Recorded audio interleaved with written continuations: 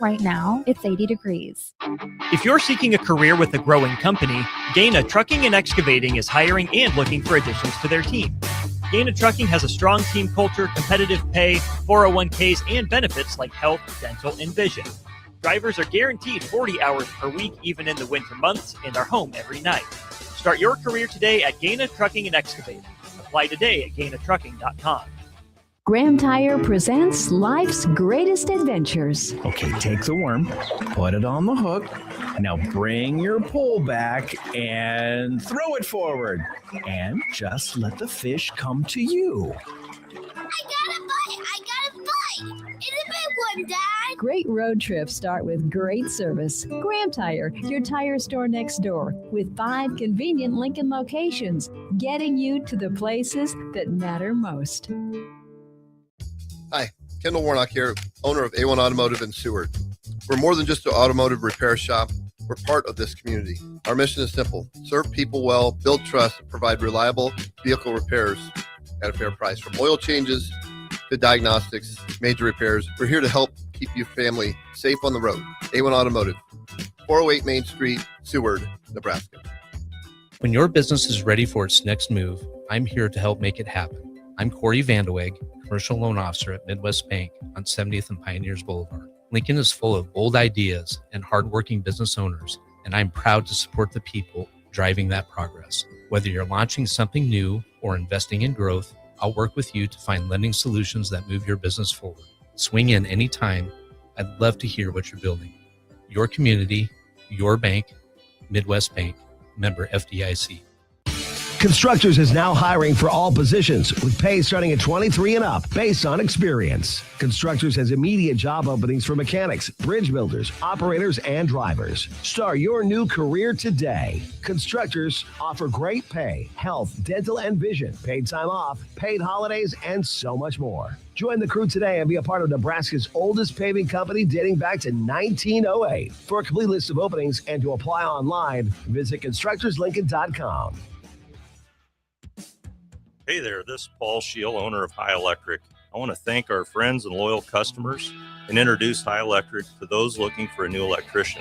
We've been serving the Lincoln and Omaha area for over 30 years, from design to install, upgrades, and repair.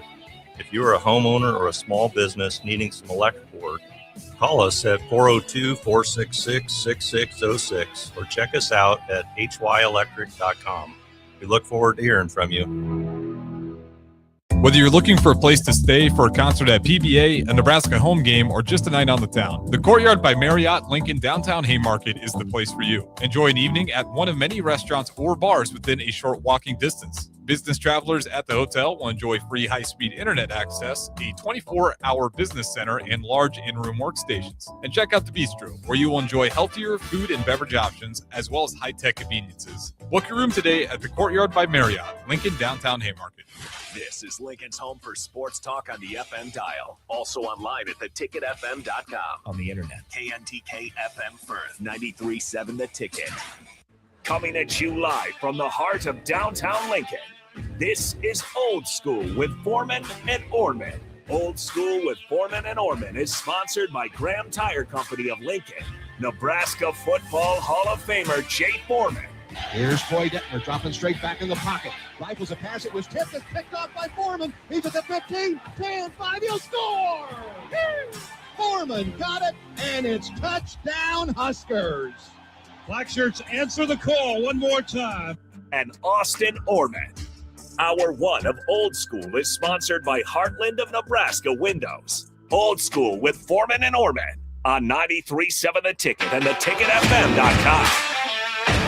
That's right. Welcome in. It is Old School coming at you from the Diamond Lounge, the press box here at Haymarket Park, ahead of the American Association All-Star Game coming up later tonight. Austin Orman and Jay Foreman with you for the next 3 hours here from Haymarket. Excited to be here. Thanks to the Lincoln Salt Dogs for setting us up, getting us all hooked up with some cushy seats. We'll have a great view potentially of the start of the Home Run Derby coming up tonight, and certainly the game if we are able to stick around for some of that. You might have a chance to win some last-minute tickets to this game, so stay tuned for that. But with that, we bring in Husker Hall of Famer, NFL vet, Jay Foreman, who, Jay, you always talk about taking people out to the deep water. And after what you said about baseball players last week, welcome to the deep water, my friend. Let's see if you're so bold here in the middle of it all. Hey, man, there's some big dudes down there, man. I don't know. Hopefully they don't, kind of jump on me, man, because these guys are obviously the best of the best, and so they could probably overtake an old broke down Jay Foreman out here. But they're pretty active out there, but still it's a sedentary sport. But look, this is a great opportunity. The field looks great. You want to give it up to the grounds crew.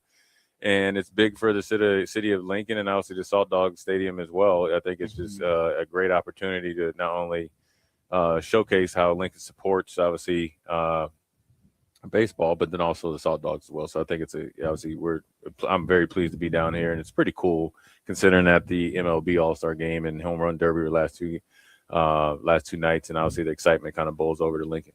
Yeah, this has been a few days of festivities now, starting on Monday, concluding here today on Wednesday. Second time Lincoln's hosted the All-Star Game. Previous time was back in 2003. Pretty cool, though, Jay. 25th anniversary of the Salt Dogs franchise, being a member of the American Association. Here we are, hosting the All-Star Game in Lincoln on that 25th anniversary.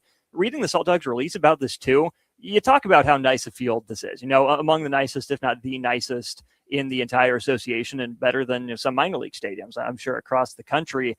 Well, in the Salt Dogs release, they make a special note of that.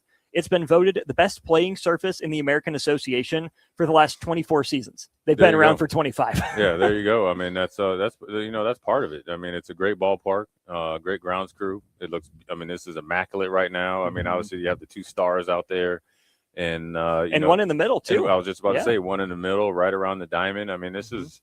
I mean, you talking about putting on a show, obviously, and you haven't had it for 20-some years, and coming back with a vengeance. I mean, obviously, I am very biased, but I have no problem saying it. I mean, they should be having this here every year, just because Lincoln can host something like this. I mean, obviously, we have a few hotels that just came up, one right across the street from us at the Ticket, the Hampton Inn and stuff. So it's great, man. Look at the grounds crew. I mean, this is. I'll say it, and I won't say it reluctantly, but I will tell you, man, it kind of gave me a little feeling that, I miss baseball a little bit. Well, hey, a week from Friday, we'll be out here for BP with DP. Negative. So I'm just saying, if you really miss it, if the feeling persists, contact your doctor. I was at Minute Maid Park with the Houston Texans, and they let us take BP. I hit one over. I think their left field is short. Yeah, the Crawford boxes. Yeah. I hit one over there, and then, we had to stay there for an extra hour because, of course, we had to wait for David Carr to hit one out. Took forever, but let me guess, David had a better golf swing than baseball swing?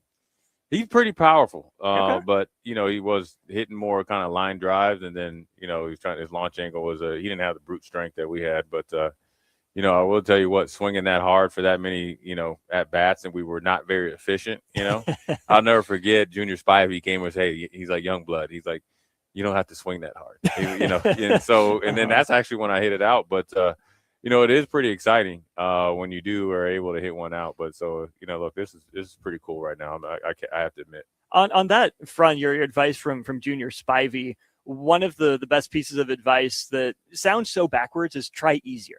Yeah. It doesn't mean try less. Doesn't mean, coast. It means calm down. Don't get so tense and you're shaking and whatnot. You can go 1,000 miles an hour physically, but if you're also going 1,000 miles an hour mentally, it's not going to help, which is where I like the addition of the pitch clock to baseball, to where you have enough time to step out and compose yourself, but you still got to get right back in, right? Kind of like the play clock in football, the shot clock in basketball. Baseball, you can't just dawdle, right? You get yourself out of rhythm, where those other sports have always been move the action forward. I like that baseball got back to some of that. So hopefully guys are thinking a little bit less in events like this and in the course of the game as well. Yeah, I mean, all that stuff is good. When you make adjustments or additions and compromises, I think it, for the betterment of the sport and the reason behind it. Obviously, the pace of play was obviously a big part of people's gripes for some years, and obviously they found a way to not only decrease that, but then also help the players as well. So I think it's something, quote unquote new age thinking, but I think it's obviously just part of, making the game better and then more appealing to the masses. And I'm obviously for the people of Lincoln, and obviously, really and primarily talking to Nebraska's baseball team. Right. And so, that you guys need to be out here, the social media behind the University of Nebraska, in my opinion, needs to get behind this for the guys that are still in town and or close by, or Will Bolt if he's in town, because this is something that, I don't know if there's something that's, like close to it football wise, but it'd be just like if a bunch of professionals were coming through and working out at Memorial Stadium while I was in college, and we knew it. Say they were doing 7-on-7, whatever it may be. It might have been retired players doing like their traveling thing. You definitely got to go come and check them out. And I think the fan base wants to see good baseball too, considering how well Nebraska played this year. Well, I love that idea because a lot of Nebraska's roster is local-ish. And, of course, the big thing in college baseball over the summer is you go play your summer ball somewhere else. So plenty of guys are, in High the school North Village kids of the as well, Cape, too. Kansas. Yeah. But, yeah, I mean, Nebraska got a heck of a prep baseball scene as we've seen and we've discussed. But could those guys that are still in town or still around, take an afternoon off of work and be out here shagging? Just to be around because, is this, Major League Baseball? No, but we all know that going in. These guys are still professionals. That we're the best of the best in a lot of ways in college that had their chance, never got their chance, and are still here learning how to work through it, grind through it. Invaluable expertise and experience out here on the field right now. It's just like when we were over at the Dillon, tennis facility. That's the tour that's right below in majors, and we've a couple players have placed in Wimbledon and obviously ranked as high as I think 32 in the world. And so you just never know like who you might see here or who you might meet or what you could learn by not only watching these guys, just watching how they move, but more importantly, if you're able to kind of come in contact with them, is the all-star game. You talking about asking, like if I was a high school kid and I had aspiration to go play college baseball, and it's at any level now because you can level up to come to Nebraska from any level now versus like back when I was in college, it essentially, nobody really transferred. If it was big school to big school. You talking about asking somebody about breaking down a pitcher or a pitcher learning how to pitch, from professionals or hitting or fielding or just the process and how they go about it. You come down here and talk to these guys, they'll sit around and talk to you all day. Yeah. Because that's what they're doing now. This is the most relaxed environment that you're going to get guys that are close enough to professional that you can learn something from. So I think it's as much as that you can pour into your craft or into your bucket of, being the best player and obviously the best teammate you can be. Absolutely. And that's where, as a Royals fan, I was excited to see Jack Caglione go to the home run derby. Young guy, he's starting to break out, not quite there yet, but even just to get the invite to everything all-star, to be around the best of the best. He seems like a personal enough and interested enough young man to ask some of those questions. I mean, it's hard to say it's a once-in-a-lifetime opportunity, but it might be. Don't pass it up if you don't have to. One of the things I somewhat regret in my career now, there was, I had other stuff going on, but, obviously, respecting the child, but at that point where, when you're the first alternate, sometimes they give you the option to go out there, right? And for me, it was more health risk late in the in the pregnancy, but ultimately I wish I'd been around and for me I probably like I've been around those guys of that caliber my whole life through my dad and stuff. I've been in training camp and all that, so I was like, well, walking into the locker room you did for the first time as a rookie. all that stuff. So I didn't go and take advantage of it, and you never know who you can meet and the relationships that you can build and all that stuff. And so for anybody that's local, that's obviously truly invested in baseball, or you just want to see good baseball, this is the perfect time to come in. If they could come in and watch batting practice, because you see some cool stuff. Obviously, the launch angle with these guys are a lot different than some of our ticket employees that go for the BP with DP. So it's a great opportunity. Obviously, it's great out here for the Salt Dogs. And look, there's a fly out there to left center. Those guys are catching up, and this is a great time for these guys because a lot of these guys follow each other, know each other, going through the grind, and this is a pretty special week here for the city of Lincoln on the baseball front. That it is. Expecting a great crowd out here tonight. Should be a beautiful, warm night for baseball. Again, might have your chance to win some last-minute tickets throughout the course of the show. 402-464-5685 if you want to chime in. Eric, good to hear from you. And I'm not just saying that. Thanks for being in there, as always, on our Starter Heyman Jewelers text line. You said the magic word transfer, Jay. How about this? Late yesterday, Nebraska football picks one up. A running back, Tyke Hayes, comes to Nebraska, a Pennsylvanian who started his career at Penn State, was there for a year,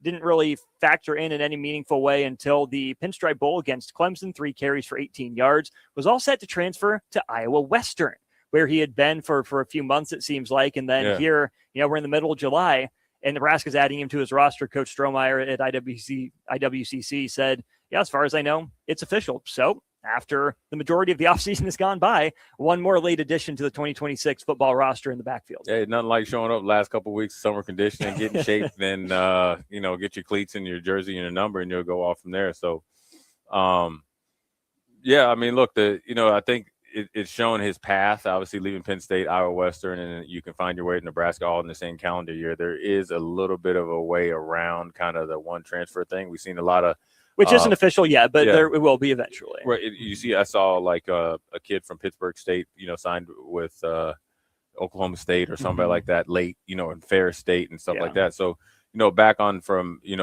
where he fits in, I mean, for Nebraska, I think you get a guy that was highly ranked coming out of high school originally, going to Penn State. He played behind two, NFL caliber, both guys are playing in the NFL right now, running backs, and Singleton and Allen. And so sometimes you get caught up in the numbers game. And, he probably would have liked to have been able to produce a little bit more at Penn State, but the circumstances in running back, sometimes, you just never know what you're going to get as far as like who really takes off and who really, takes advantage of the opportunity earlier in their career. And then those guys played really good throughout their whole career to the point that both of them came back their juniors. So they were, and that might've been where he could have, stepped in. And so for him to, go to Iowa Western, which is a well-respected junior college, obviously the national championship caliber, they send guys everywhere. Except Nebraska recently, but now, you got one on the table. And so you got him. And for him, if him, I'm elated. You go from Penn State, coaching change, you been watching from the sideline. Funny note on that. Tyke Hayes is the nephew of Terry Smith. The interim guy at Penn State. Yeah. And so, and I think Terry does know Matt Rule. Yeah. So that those conversations are, probably more personal, so you can kind of, entrust Terry as well. Right. So, but I think, for him, a running back, and he probably wants a chance, and there's no better place to go when you can go to another Big Ten blue blood in Nebraska. Obviously, Nebraska's trying to be on the come up, and it's a free reign. You can earn a starting spot. Nobody's the foregone conclusion as a starter. Nobody's cemented in there. You're following in, Emmett Johnson. He's off with the Chiefs, and so there's nobody that had got enough reps or played well enough that everybody assumes he's the assumptive starter. It was Mekhi Nelson. We don't know where he stands. I know it was good. I'm pretty sure he's happy that the charges were dropped, but ultimately, he had probably missed 3 or 4 weeks. Yeah. And then also mentally to get back into it. But then also, even if he was there, there's still opportunity there. And so, last year, obviously Emmett was the guy, but also you got to admit, Shamar Brown Marty Brown was in the portal. People wanted us to sign him. Obviously, it was a good decision for both. He went to Miami and played a big role, almost won a national championship, did very well. And then obviously Emmett did very well. But then obviously they were looking at either him to push Emmett to start or a co-starter or reps, right? So you didn't have it. So now you do have it potentially if he's able to, live up to the billing. But I think for him in Nebraska, it's a good calculated risk, right? What do you got to lose? And then also for him, he couldn't land in a better spot. You know what I'm saying? Sure. I mean, sure, he would probably have went up there and maybe, did some work up there at Iowa Western, but now you get to come down here to Nebraska with the running back coach and E.J. Barthwell that has done a good job with, running backs, in particular, obviously Emmett, and see if you can develop. And potentially if you play well, you're going to start. Because one thing about when Dana Holgorsen got here, Emmett Johnson was like, he'd show flashes. Remember, we'd always talk about on a post game, and he'd have a couple games where he was kind of getting some run, maybe 10 carries and 8 carries, a couple catches here, maybe a catch, in the next game, and then nothing. Yeah. And then a little bit, and then nothing. So he probably got frustrated. When Dana got here, is like, oh, this skill set. So if he can match that with being a dual threat running back, what I mean by that is being able to run the ball conventionally, which is obviously handoffs and generally tosses and all that. And if you can be really effective in the passing game, pass blocking and running routes and then catching the ball, and if you do it at a higher rate and more consistent, you're going to be out there because they need a running back. In order for Nebraska to win this year, you need a running back or running backs that are reliable and that and through role definition, it has to have clarity, and clarity only comes from guys taking hold of their opportunity. And if he's able to do that, he can go from, up there in Council Bluffs with probably a big class of 20, in a class, in a science class to 200 or whatever here in Nebraska, and you get to play right at that stadium that we're looking at right now. Oh, absolutely. And Justin from Hickman, I hope that answers your question. To phrase it a different way than Jay and come at it from a slightly different angle, what do these next really couple weeks before fall camp starts look like for Tyke Hayes?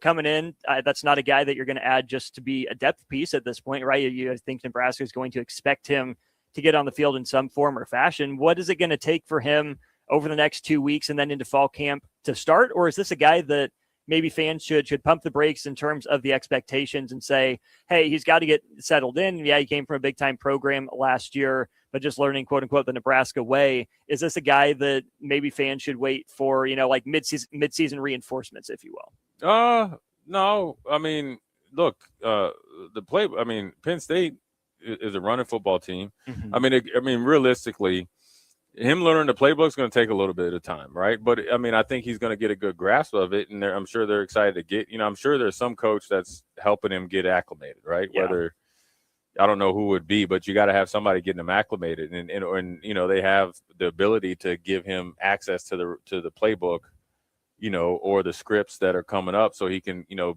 least be able to get in there and compete. And as he goes along in training camp, the good thing about it is you have about 3 or 4 weeks, essentially 30 days, that you're going to be installing stuff. And so they're going to be teaching it and spring ball was a long way away, but they've had summer workouts, but they're going to teach it. And also they understand he could be a really big asset. So, I think the biggest thing for him is getting in and acclimated to, the locker room, the culture, and I guess the Nebraska way. But I'm assuming, granted, I don't know factual, but I'm just going to assume with him and who his uncle is, and the way that his uncle, Coach Smith, kind of carried himself those last 7-8 games in Penn State, it won't be a problem, because that was part of the reason why they were able to kind of turn their season around to the point that they were able to make a bowl game. Yeah. So I don't think that he's not coming from a program.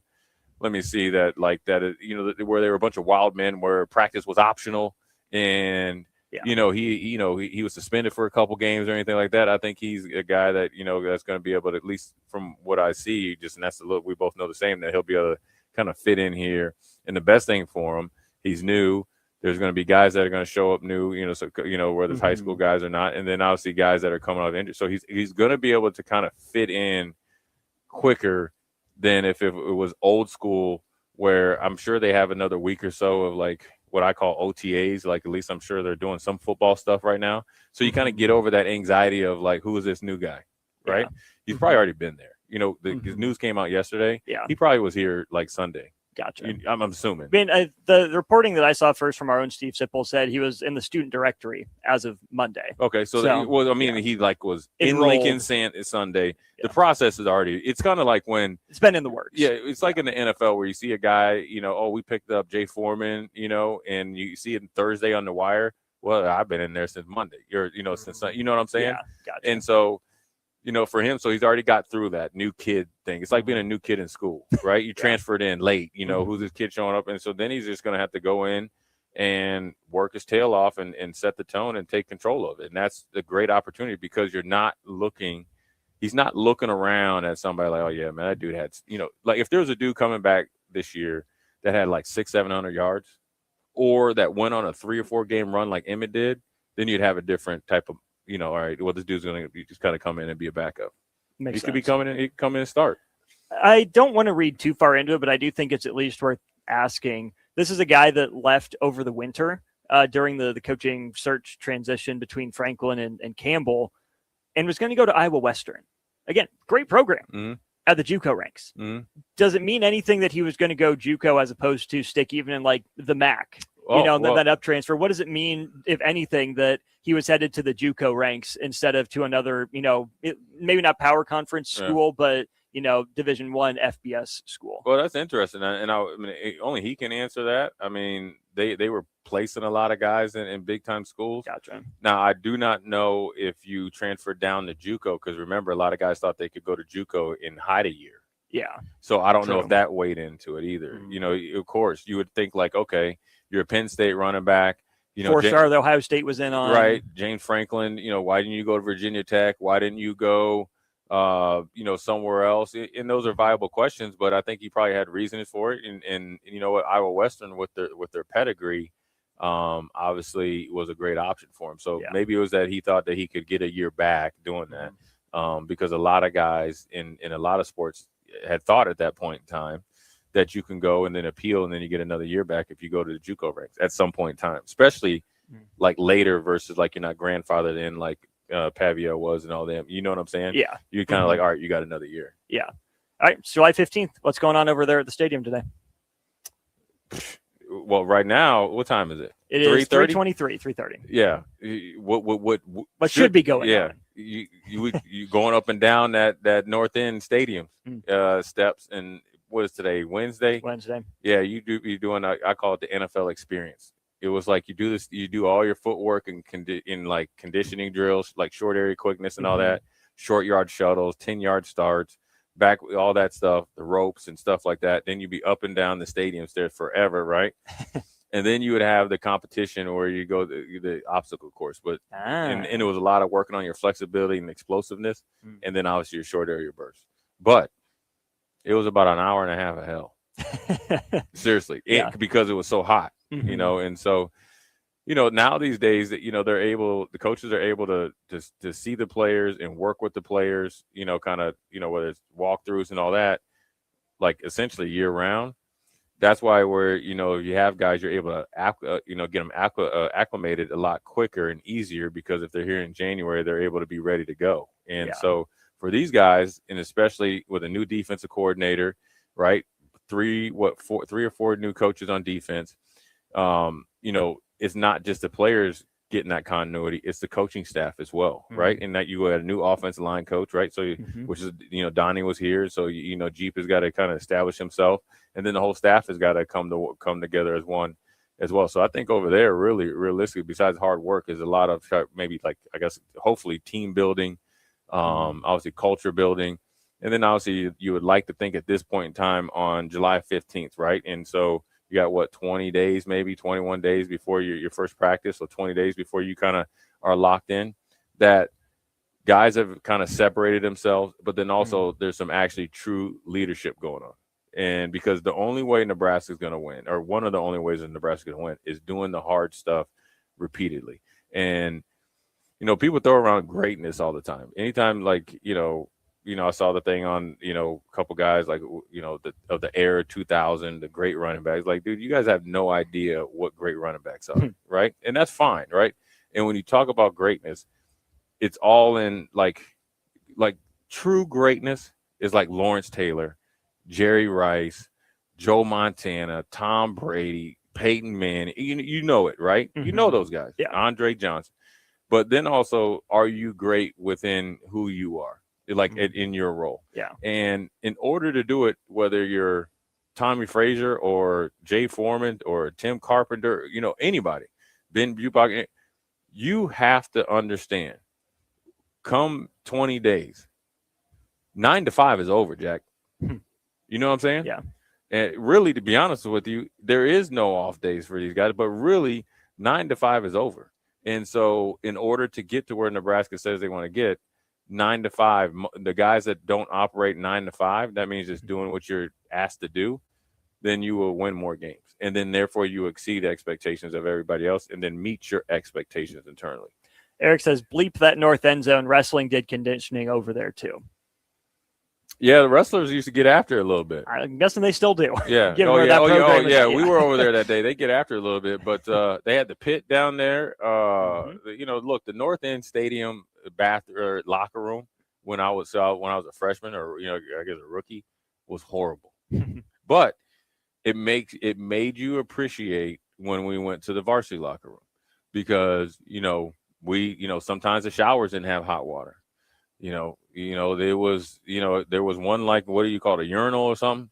You know, when and then was it a urinal or was it the whole trough? Yeah, the trough or whatever, right? Yeah, that was it. So you come in there, you gotta make room. That too. You know, there wasn't any carpet on the floors. It was steel lockers. You pretty much got like one girdle and one pair of socks. And if you had to drop a deuce, there was no door. Nice. So you gotta get comfortable. So you couldn't, back then, you sit up, you get the paper going. You couldn't get the paper going. Couldn't get the paper going. Or I'd be like, hey, Austin, what's going on in the sports section? You know what? Let me check your fantasy stats over. So really, to be honest with you, I know probably, what's funny? If I was coaching at Nebraska or coaching a place like Nebraska, and we had all this over there. Yeah. Like the rookies or the freshmen, they would be down in the south end, the visitor locker room. Yep. You got to earn your way over to the Taj Mahal. Now, for meetings, you're going to come over here. That's the little kind of nugget there that I'm going to wave out there. But till you get your name in there, oh, yeah, you down there, Jack.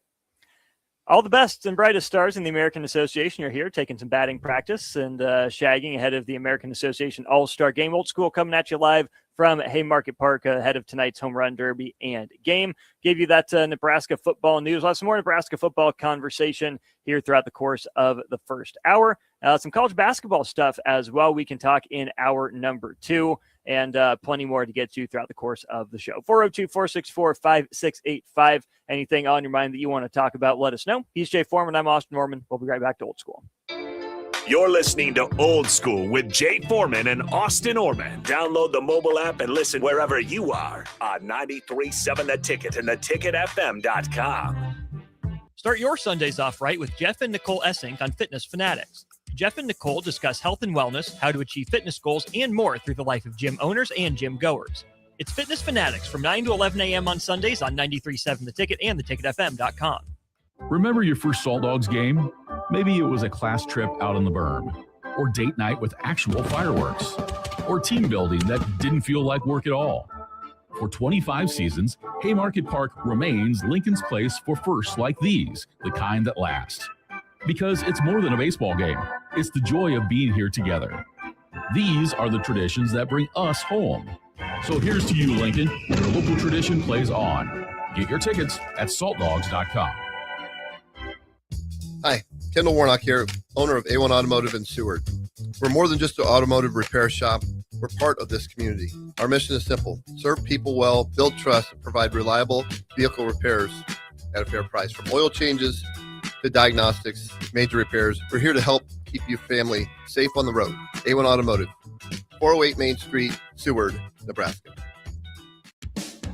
Hey there, this is Paul Scheel, owner of High Electric. I want to thank our friends and loyal customers and introduce High Electric to those looking for a new electrician. We've been serving the Lincoln and Omaha area for over 30 years, from design to install, upgrades, and repair. If you are a homeowner or a small business needing some electrical work, call us at 402-466-6606 or check us out at hyelectric.com. We look forward to hearing from you. Husker fans, the 2026 Nebraska football season is quickly approaching, and we need you in the Sea of Red at Memorial Stadium this fall. Single game tickets for all 7 home games start at just $45 and are now available in both end zone and sideline seat locations. These tickets are only available while supplies last, so get yours today before they're gone. To purchase your Husker football single game tickets or for more information, visit huskers.com/tickets. Go Big Red. MHC isn't a new company, just a new name. Moe's Moving is now Moe's Home and Commercial. Whether moving across town or across the state, MHC Moving has you covered, specializing in home, apartment, assisted, and independent living moves. MHC can handle your commercial moves as well. MHC Moving has 0 hidden fees. You'll never pay for same-day booking or be charged for stairs, heavy items, or elevator fees. Rates are the same Monday through Saturday, and you will never pay a truck or fuel surcharge. And they offer payment plans through PayPal. Call MHC Moving today at 402-853-7167 or go to mhcmoving.com. Constructors is now hiring for all positions with pay starting at 23 and up based on experience. Constructors has immediate job openings for mechanics, bridge builders, operators, and drivers. Start your new career today. Constructors offer great pay, health, dental, and vision, paid time off, paid holidays, and so much more. Join the crew today and be a part of Nebraska's oldest paving company dating back to 1908. For a complete list of openings and to apply online, visit constructorslincoln.com. When your business is ready for its next move, I'm here to help make it happen. I'm Corey Vandeweghe, Commercial Loan Officer at Midwest Bank on 70th and Pioneers Boulevard. Lincoln is full of bold ideas and hardworking business owners, and I'm proud to support the people driving that progress. Whether you're launching something new or investing in growth, I'll work with you to find lending solutions that move your business forward. Swing in anytime. I'd love to hear what you're building. Your community, your bank, Midwest Bank, member FDIC. Imagine starting your day with a computer glitch that leaves you feeling stuck, frustrated, and unable to get your work done. You have 1,000,001 things to get done today, and waiting for the tech issue to solve itself isn't one of them. It's time to let Hamilton handle the tech so you don't have to. We help businesses across the state spend more time on what they do best and less time frustrated with office technology. As the official business IT partner of the Huskers, we're focused on providing custom solutions that set you up for success now and in the future. Connect with us today at hamiltonisbusiness.com. Hi, Sean Callahan here of HuskerOnline.com, inviting you to join us here on 93.7 The Ticket every Saturday morning now in our new time. We're on from 8 to 9 with the weekly Husker Online radio show. We'll give you the latest in recruiting. We'll talk about what's going on with both football, basketball, and we'll probably share a few stories from the inside. It's every Saturday morning right here on 93.7 The Ticket. It's the Husker Online radio show from 8 to 9 a.m. If you're seeking a career with a growing company, Gaina Trucking and Excavating is hiring and looking for additions to their team. Gaina Trucking has a strong team culture, competitive pay, 401ks, and benefits like health, dental, and vision. Drivers are guaranteed 40 hours per week, even in the winter months, and are home every night. Start your career today at Gaina Trucking and Excavating. Apply today at GainaTrucking.com. Back to Old School with Foreman and Orman on 93.7 The Ticket and theticketfm.com.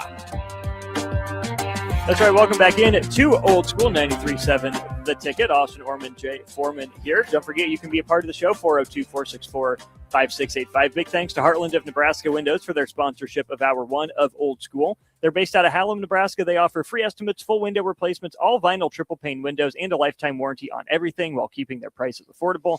Heartland of Nebraska Windows, locally and family owned with their own team of installers. Give Heartland of Nebraska Windows a call today for more information, 402-430-3852. You can also visit them online at heartlandofnebraskawindows.com. Evan Blaine of the Omaha World Herald wrote about Nebraska's winless streak against top 25 teams. We would normally talk to Evan at 4:30 on a Wednesday here today. We'll push that back to 4:30 tomorrow. And Jay, reading through the article that Evan was writing, it brought something to mind that, seems obvious, but it hadn't really dawned on me and to put it into these terms. Nebraska's, winless streak, Nebraska's win drought against top 25 teams is obviously a problem in a lot of ways, but it's also just a fact that you're going to have to beat top 25 teams to be competitive in the Big Ten. One of the parts of this that Evan was writing about mentions that Nebraska has the second longest streak in the country behind only Rutgers, who's lost 43 consecutive games to top 25 teams. Nebraska last year had its streak pass Akron, UNLV, New Mexico State, and Ohio. Funny enough, an early opponent on Nebraska's schedule. Of the other 135 FBS programs, Evan writes, 105 of them have earned a ranked win since the last time Nebraska did. And of the 30 teams that didn't, all of them, except Rutgers, had half of Nebraska's chances or fewer. So Nebraska has had its fair share of cracks at top 25 teams in the Big Ten era, a pretty normal number for playing in the conference that Nebraska does. And that to me is kind of the point.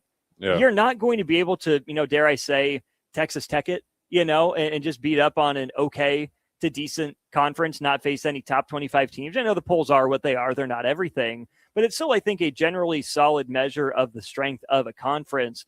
If you're not going to win top 25 games, you're not going to be a serious part of the Big Ten. Oh, no. And you're not going to get to where Nebraska, says they want to get to. Yeah. And that's college football playoffs. That's, back to, being legit year in and year out. And, let alone, let's just even, just devil in the Big Ten. If you want to be a player in the Big Ten, not only, recruiting is great, but, your recruiting becomes a lot easier when you're one of the big dogs in the Big Ten. Mm-hmm. You're going to have to beat, top 25 teams. I would even say this, you got to do a really good job against top 35, 40 teams, right? Yeah. And so, that's the Minnesotas and those guys. I wouldn't say Iowa. I was Illinois, Washington, Illinois, Washington, early season Maryland. Yeah, early season Maryland.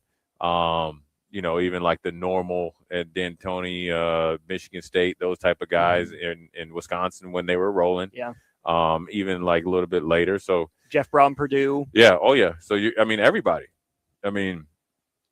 So yeah, you're gonna have to beat good teams, and that's why I always laugh about the schedule when people the schedule sets up for Nebraska to be good when last year's schedule wasn't on paper very hard. Look, everybody comes to compete, and when you look at last year's games, Michigan State, we were able to kind of turn the tide when the quarterback got put to sleep, and he was like the Walking Dead, and then special teams play, Maryland as well. Everybody's going to come to compete. These coaches are really good coaches, top to bottom. They're going to coach to win, and they're coaching some of them for their coaching careers at that school.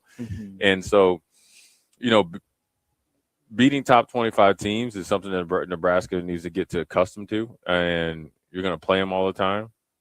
You're most likely not going to win every one of them, but you got to be more than competitive. You got to win them. And what's winning your fair share of games against top 25 opponents? Let's say over a 10-year span, you get 3 a year. So 30 games against top 25 teams every 10 years. Is 15-15 good enough in those games? That'd be great. And obviously a little bit higher. Obviously you want that magical year that you're, at that 70-80% clip. But, really, if I was – talking to fans, or if I say I was the coach, or coach talking to players, say, listen, look, obviously, this isn't my first year, but here's what we're going to do. We're talking about we're going to set the benchmark here. All right, this is where I project X amount of teams that are going to be top 25, 30 teams. Right, we're going to have a goal we're going to get here right now because 2 scalps. Okay, so say like it's. Well, this year it might be more. Let's just say it's 6, right? Sure. So let's get Iowa, Ohio State, Oregon, Indiana. Let's just say Washington, and you want to say Illinois? Illinois, maybe Maryland, because Nebraska gets them early. In that fringe. Okay, let's just say maybe Illinois, just because they have more track record. So Illinois. So there's 5.5, 6. That's half 6. the schedule. Okay, we need to be batting 500 at least. 3. I don't care how it goes, because here's what you have to make sure that I would be trying to make sure. Now, I'm not going to forget the things that we didn't handle in the previous years, just during my tenure. But I'm also not going to let our recent success, if we go in the first 4, 2-2, 3-1, or I guess even 1-3, or we win 1, it was like, well, now you're 1-15 over the last 5 years. Well, I understand that, but we gotta start somewhere. And so my point is it would mean a lot for them to get to that clip that you talked about, 50%. I think they can definitely get there. And obviously they've been hopefully recruiting to that, developing to that. But also I think you got to have a standard where I don't care about being close. I like to win. Sure, you can learn a lot of things in a close loss. You can learn a lot of things and probably more disappointment in a big loss.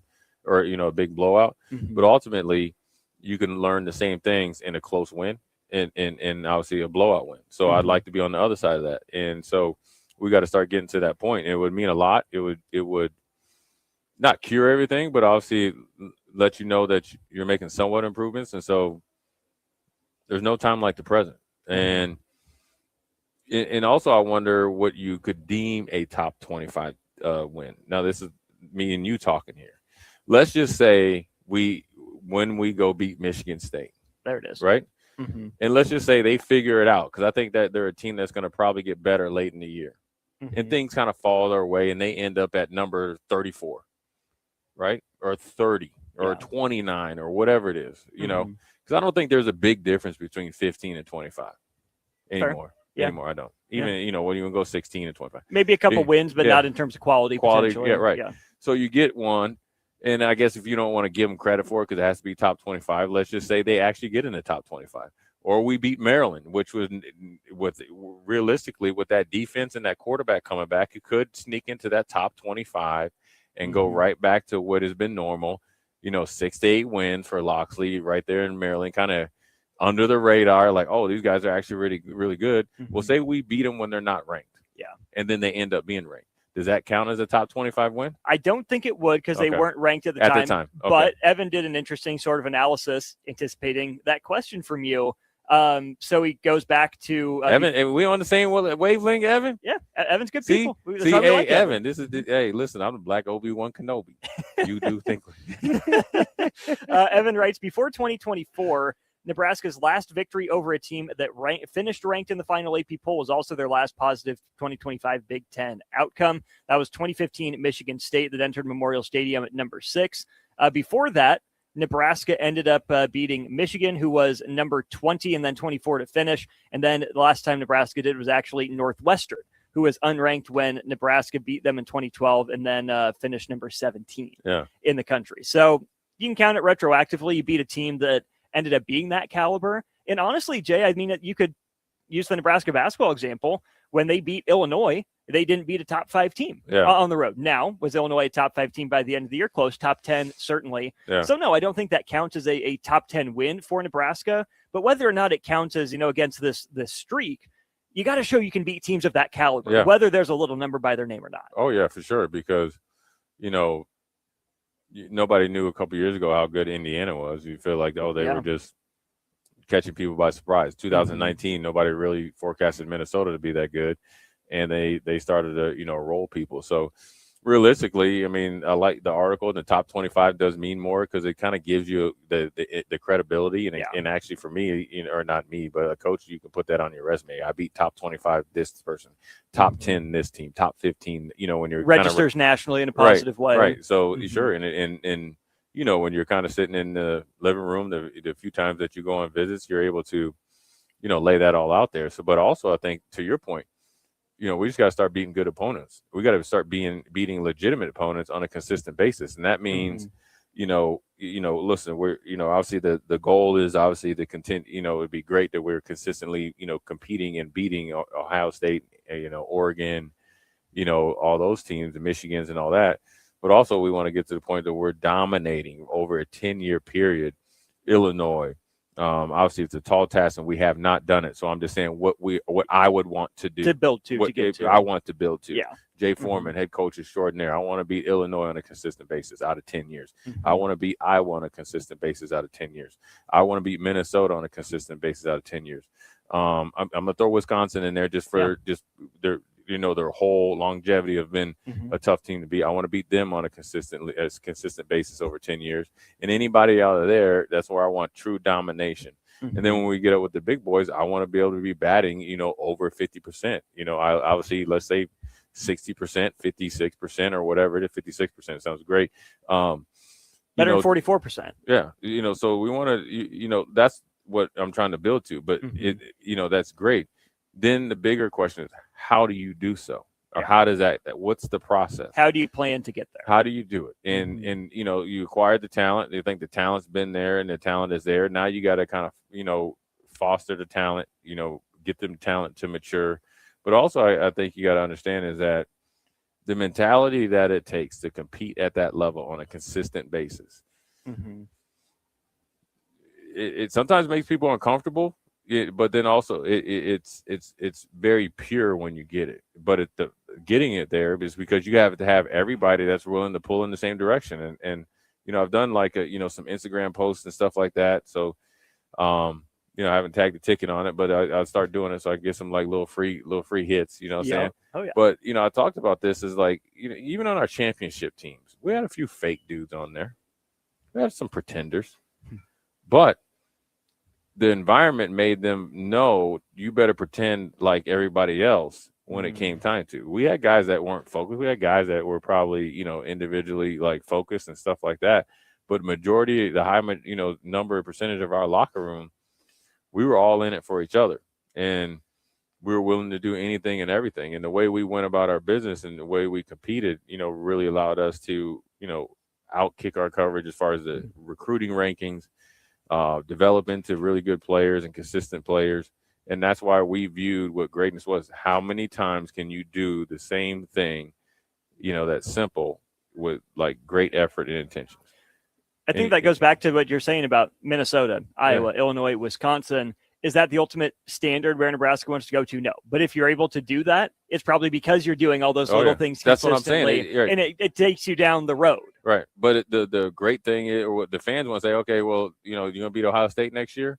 Right, but you get how you beat Ohio State is beating up on these other teams, because the way that you go about beating all those teams that I mentioned is going to help you beat Ohio State or beat the Michigans or anybody else that you view up on that top tier. And it's all a process. And there's not that big of a difference between the 5 or 6 schools that I mentioned, at the beginning versus, the big dogs. And, everybody's striving to get there. It's the plan is easy, right? Because you know exactly how to do it. The hard part is getting people to execute it at all the time and understanding the importance of doing, being as, I guess, thoughtful, vicious and energetic about, trying to set it up for like me to make a play. I got to be as excited when Austin makes a play. Yeah. Then we got to be excited when we make a play. And because ultimately the only thing that matters is winning. Yeah. Nobody comes in there, man. I mean, if you have a guy on your team and he's like, man, we just got beat by 25 points, but man, I had 18 tackles. I feel great. If you're not punching him in the face, you're right there with him. So I think you have to have guys that are willing to lay it on the line, because ultimately stats will be the stats, but most important thing is the wins and losses. Metaphorically or literally punching him in the face? What do you think? I figured. Yeah. It's just fun. Hey, listen, I know them dudes I played with, a dude came in there, well, we didn't lose, but if you lost, boy, I could guarantee you he getting socked right in his face. Do you take turns and pick your favorite boxer? Muhammad Ali. I mean, George Foreman. The problem is our D Joe line. Frazier. We had them D linemen, Jason Peter and them. They had them big old meat hooks in the hands, man. And then they used to tape up their hands. Boy, you be in there fighting like a full-fledged bare knuckle. Whew. Yeah, so it's it's. But ultimately, if they're able to foster that over there on days like today, when it's hot and humid, and especially if you're doing it in the morning, and then you go back and get you some more in the afternoon, then they'll be ready to go. One more interesting stat to get to from Evan's article, and some funny, fun, exciting news out of SMU that Ross Dellinger tweeted about. We'll get to that to wrap up our one of Old School. got next. a statue. We'll be right back to Old School. Watch Old School live on Facebook, YouTube, or Twitch. Old School with Foreman and Orman on 93.7 The Ticket and theticketfm.com. Graham Tire presents life's greatest adventures. Okay, take the worm, put it on the hook. Now bring your pole back and throw it forward. And just let the fish come to you. I got a bite! It's a big one, Dad! Great road trips start with great service. Graham Tire, your tire store next door, with 5 convenient Lincoln locations, getting you to the places that matter most. Iconic summer moments deserve an iconic drink. Reach for Mountain Dew, an American original. From its beginnings in the foothills of Tennessee to your biggest summer yet. The refreshing citrus kick of Mountain Dew is the perfect companion to your American summer adventures. Enjoy the refreshing citrus kick of Mountain Dew. Tasting great since '48.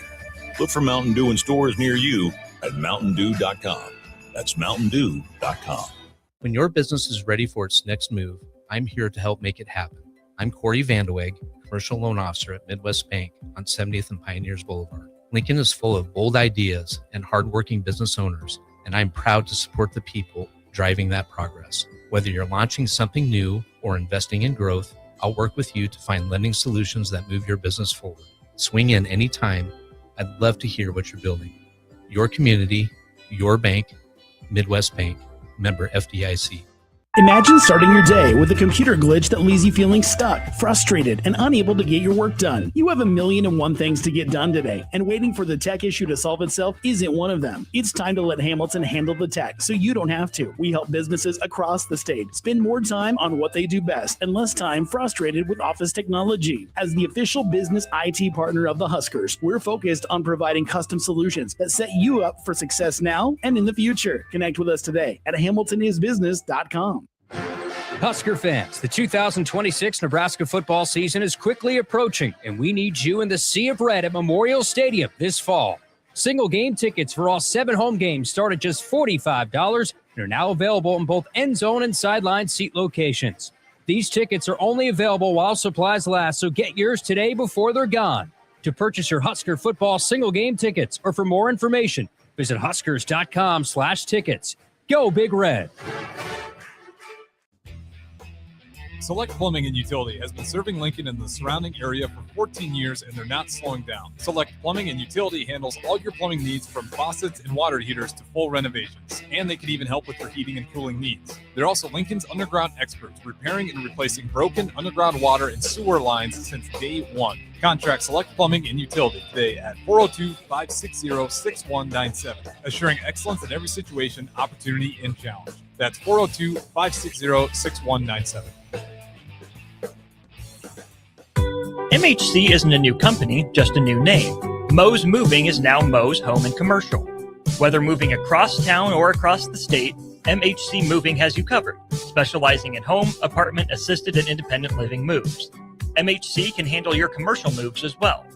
MHC Moving has 0 hidden fees. You'll never pay for same-day booking or be charged for stairs, heavy items, or elevator fees. Rates are the same Monday through Saturday, and you will never pay a truck or fuel surcharge. And they offer payment plans through PayPal. Call MHC Moving today at 402-853-7167 or go to mhcmoving.com. Are you looking for an exciting new way to put your skills to work? Explore new career options in the fintech industry at Currency, a Sandhills global company. We offer full-time positions in financial sales, compliance, operations, and other fields. We also offer a 4.5-day work week, an attractive benefits package, and opportunities for advancement. Put your motivation to work and grow with us at Currency. Visit gocurrency.com/careers to learn more. Rick Heyman here from Sartor Heyman Jewelers. I want to personally thank our great customers for voting us once again the best of Lincoln. At the same time, we're celebrating our 120th year in business in the great state of Nebraska. You can count on Sartor Heyman for the very best quality, value, and customer service. When it comes to your jewelry needs, visit us at South Point, Grand Island, and the Outlet in downtown Lincoln. Visit us today at sartorheyman.com, and thank you for your continued trust after all these years. Hi, Sean Callahan here of HuskerOnline.com, inviting you to join us here on 93.7 The Ticket every Saturday morning now in our new time. We're on from 8 to 9 with the weekly Husker Online radio show. We'll give you the latest in recruiting. We'll talk about what's going on with both football, basketball, and we'll probably share a few stories from the inside. It's every Saturday morning right here on 93.7 The Ticket. It's the Husker Online radio show from 8 to 9 a.m. Looking for the ultimate game day spot? Arbor Axe House has everything you need. Axe throwing, cold beers, and the big game. Whether you're celebrating a win or talking trash with friends, nothing beats the rush of sticking an axe while cheering on your favorite team. Perfect for bullseye beginners and seasoned pros. Our axe throwing experts keep the fun going and the drinks flowing. Step up to the plate at Arbor Axe House. Book a lane at arboraxe.com or call 402-802-9696. Arbor Axe House on the corner of N Street and Antelope Avenue. Back to Old School with Foreman and Orman on 93.7 The Ticket and theticketfm.com. That's right. Welcome back in. It is Old School. Austin Orman, Jay Foreman with you. Hour one of the show brought to you by Heartland of Nebraska Windows. Check them out online, heartlandofnebraskawindows.com. Pretty toasty outside. If your air is struggling to keep up with the hot conditions, might want to check your windows. Heartland of Nebraska Windows will treat you fairly, do good work if you do indeed end up needing some new windows. All right, Jay. From Evan Bland's piece regarding Nebraska against top 25 teams. Last season, how many different Big Ten schools pulled off a top 25 win out of 18? You know Nebraska's not one of them, so that narrows it down. Yeah. We know Indiana did. Mm-hmm. We know Ohio State did. Yep. Michigan did. Was USC when they beat them? It was close. Certainly a good team. Oregon. Yep. Who else is there? Washington. Believe so. So that's 5. Evan doesn't give the list, so that's we're 5, kind of though, right? through it. Yeah. That's 5. Yep. Iowa. Yep. So that's 6.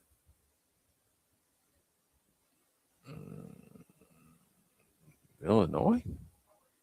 Don't remember for sure. Penn State. Yep. Believes. Did they? I don't know if they did. No, they were close. Yeah. Remember they had Indiana on the ropes. On the ropes. Yeah, that was it. Before the Cooper catch. Yeah. No way Michigan State did. But UCLA and Wisconsin did. UCLA They did and bowl games. Wisconsin did, yeah. I'll give you the answer. 10. 10. I was gonna say 9. Yeah, 10 different Big Ten teams beat a top 25 team last year, whether it was in conference or out of conference. The year before that, in 2024, it was 8 of them. 8 unique Big Ten schools won a top 25 game. So it's not exactly asking the world of Nebraska to win one of these games. Whether or not Nebraska is going to be competitive in the top half of the Big Ten, if UCLA can beat that Penn State team and help start the skid, if that Wisconsin team can pull off a late season upset, it's not beyond the pale to ask Nebraska to start doing the same. No, and styles make fights, and if you can get that game when you're hot and kind of get the ball rolling, you remember back when they were saying that Minnesota's schedule was kind of soft in 2019, and they got Penn State at Minnesota. Obviously. So it can happen, and yeah, sure. I don't think it's wrong for people to have that expectation or want from Nebraska. And to be honest with you, I hope and expect Nebraska to want and expect the same. So, yeah, I mean, it's about time that we got to do what we got to do. I mean, we made a bowl game the last couple of years. That's kind of like hanging out in the 2 foot of in the pool, in the kiddie pool. And now let's get into the deep end, man. And in order to get to the deep end and be able to kind of, survive in the deep water, you do have to go through, where you got to get, top 25 win, and you might have to, upset somebody. And that's where you got to go through the 6 to 10 feet before you get to the, the deep end where there is no, level over there. So yeah, it definitely should be expectation on both parts. I guess people outside the program and inside the program. Rosebud from Elmwood said Iowa is the must-win above the rest. They're starting to become the quote-unquote big brother. It's a hard reality to potentially have to face as fans and hopefully for players too. We've got to stop getting beat up by Iowa, and it's got to start this season. Of course, that is a Black Friday game on the road, 11 a.m. kickoff in Iowa City this year. No place like the Hawks Nest to go start something new. Oh, yeah, and it's like, okay, let me ask, and I guess we can get into this at the next hour because we're up to it. Like, do people understand the difference of, and Nebraska's been on both, getting kind of like beaten up or taken advantage of by Iowa, or stop beating yourself? Where does it go? Yeah, because what hurts more? That's the bigger question. What hurts is it's always an L. No. I mean, yeah, sure. Losses hurt, but beating yourself and losing to a team that you outplayed like a couple years ago, that stings. Or where you get demolished, just manhandled, never had a chance. And you don't play, then you're like, all right, this is actually what we should have been doing. Coaches have been telling that we should have been doing this. So then that's when you have the pain and regret. And so there's the question. I think that's where we go to lead off hour 2. So there we go. What's worse, getting manhandled or beating yourself by a rival in a big rivalry matchup? He's Jay Foreman. I'm Austin Norman. We will answer that question and plenty more from our Starter Heyman Jewelers text line and beyond as we continue Old School, brought to you by Graham Tire. You're listening to Old School with Jay Foreman and Austin Orman. Download the mobile app and listen wherever you are on 93.7 The Ticket and theticketfm.com.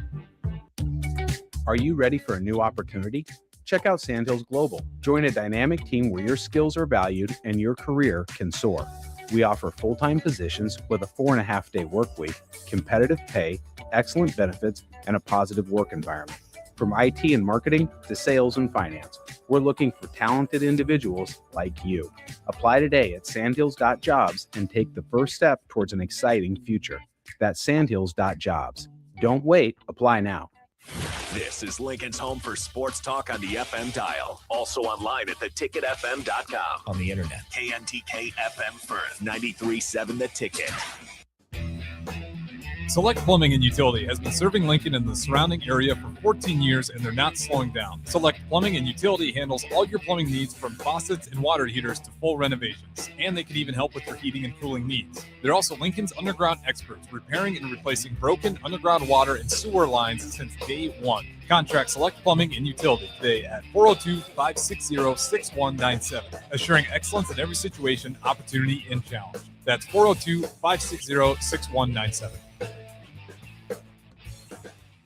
Hi, Charlie Stone again, and Andy Goodyear with Honda of Lincoln will be joining me shortly to talk about a milestone accomplishment at Honda of Lincoln. But before I talk to Andy, I'd like to add a comment of my own. I know you have a lot of choices when buying a new or pre-owned vehicle. It was just announced that Honda of Lincoln is once again the winner for the Lincoln's Choice Award for new car dealers. It's not easy to win that award because it's all based on the highest level of customer satisfaction. I think Honda of Lincoln really is your best choice. Now let's talk to Andy. Thanks, Charlie, and thanks for your kind words. Andy, tell us what it takes to win an award like this. Will do, Charlie. It's about being customer focused. Our sales and service team have been with us for a long time, and every day, all they focus on is a 100% customer satisfaction. It's really that simple. Maybe it's time you experience the best. The Honda of Lincoln way of doing business. 27th and Yankee Hill Road or online at hondaoflincoln.com. MHC isn't a new company, just a new name. Moe's Moving is now Moe's Home and Commercial. Whether moving across town or across the state, MHC Moving has you covered, specializing in home, apartment, assisted, and independent living moves. MHC can handle your commercial moves as well. MHC Moving has 0 hidden fees. You'll never pay for same-day booking or be charged for stairs, heavy items, or elevator fees. Rates are the same Monday through Saturday, and you will never pay a truck or fuel surcharge. And they offer payment plans through PayPal. Call MHC Moving today at 402-853-7167 or go to mhcmoving.com. Looking for the ultimate game day spot? Arbor Axe House has everything you need. Axe throwing, cold beers, and the big game. Whether you're celebrating a win or talking trash with friends, nothing beats the rush of sticking an axe while cheering on your favorite team. Perfect for bullseye beginners and seasoned pros. Our axe throwing experts keep the fun going and the drinks flowing. Step up to the plate at Arbor Axe House. Book a lane at arboraxe.com or call 402-802-9696. Arbor Axe House on the corner of N Street and Antelope Valley. Rico here with HIS Auto Care at 70th and Van Dorn, letting you know HIS is a great place to bring your vehicle for service. With superior service bumper to bumper, we'll treat your vehicle like it's your mother's. Doesn't get any better than that. So call 402-488-8934 and HIS Auto will make you glad you did. 5% off, mention this ad, and for sure your mother will be proud you called. 402-488-8934, HIS Auto Care, 70th and Van Dorn. God bless you. Building a new home can be a challenge, a lot of big choices. With our Remington homes, we have designed 15 different floor plans that appeal to a wide range of people. Bob Benish of Aspen Builders, talking about Remington Homes, which makes the home building process easier. People really enjoy being able to go to our website, which is remingtonlincoln.com, pick a plan, pick a price point, go through and build it yourself. You have a lot of options, whether you want granite, painted trim, wood floors, more stone, all options with our Remington homes. People do not want to be married to their house payment. You're able to get what you really want in a home for a great price with very limited stress. And that's what Remington homes are all about. Home building is easier with a Remington home from Aspen Builders at 423-6811. Online at remingtonlincoln.com. remingtonlincoln.com. Coming at you live from the heart of downtown Lincoln. This is Old School with Foreman and Orman. Nebraska Football Hall of Famer Jay Foreman. Here's Troy Detmer dropping straight back in the pocket. Rifles a pass. It was tipped. It's picked up by Foreman. He's at the 15, 10, 5. He'll score! Woo! Foreman got it, and it's touchdown Huskers. Black shirts answer the call one more time. And Austin Orman. Old School with Foreman and Orman is sponsored by Graham Tire Company of Lincoln. Your tire store next door with 4 Lincoln locations. Old School with Foreman and Orman on 93.7 The Ticket and theticketfm.com. That's right, hour 2 of Old School, live today from Haymarket Park, home of the American Association All-Star Game on the 25th anniversary season of the Lincoln Salt Dogs. Folks are starting to file in, not just to the press box up top, but also some fans starting to get into the stands, it looks like, getting ready for the home run derby. That'll lead things off tonight before the All-Star Game. 50 players competing in the All-Star Game, 8 of them in the home run derby. Not competing in either of those, myself, Austin Norman, himself, Jay Foreman. We will just be here talking about it and bringing you some of the action throughout the course of the night. You can be a part of the show, 402-464-5685. Jay, the question that you asked fans, we have a couple responses on our text line already. Does it feel better? Does it feel worse to get manhandled, completely beat up, completely owned, or to beat yourself in a game? Go ahead and talk through your perspective on that before we get to the Well, I text mean, line. obviously, look, losing sucks anyways. I mean, you never feel good after a loss. I'm not big for moral victories. I mean, I didn't have to deal with that much, obviously, as a player, and I definitely didn't have to deal with it here and not much in the pros. But I think, I've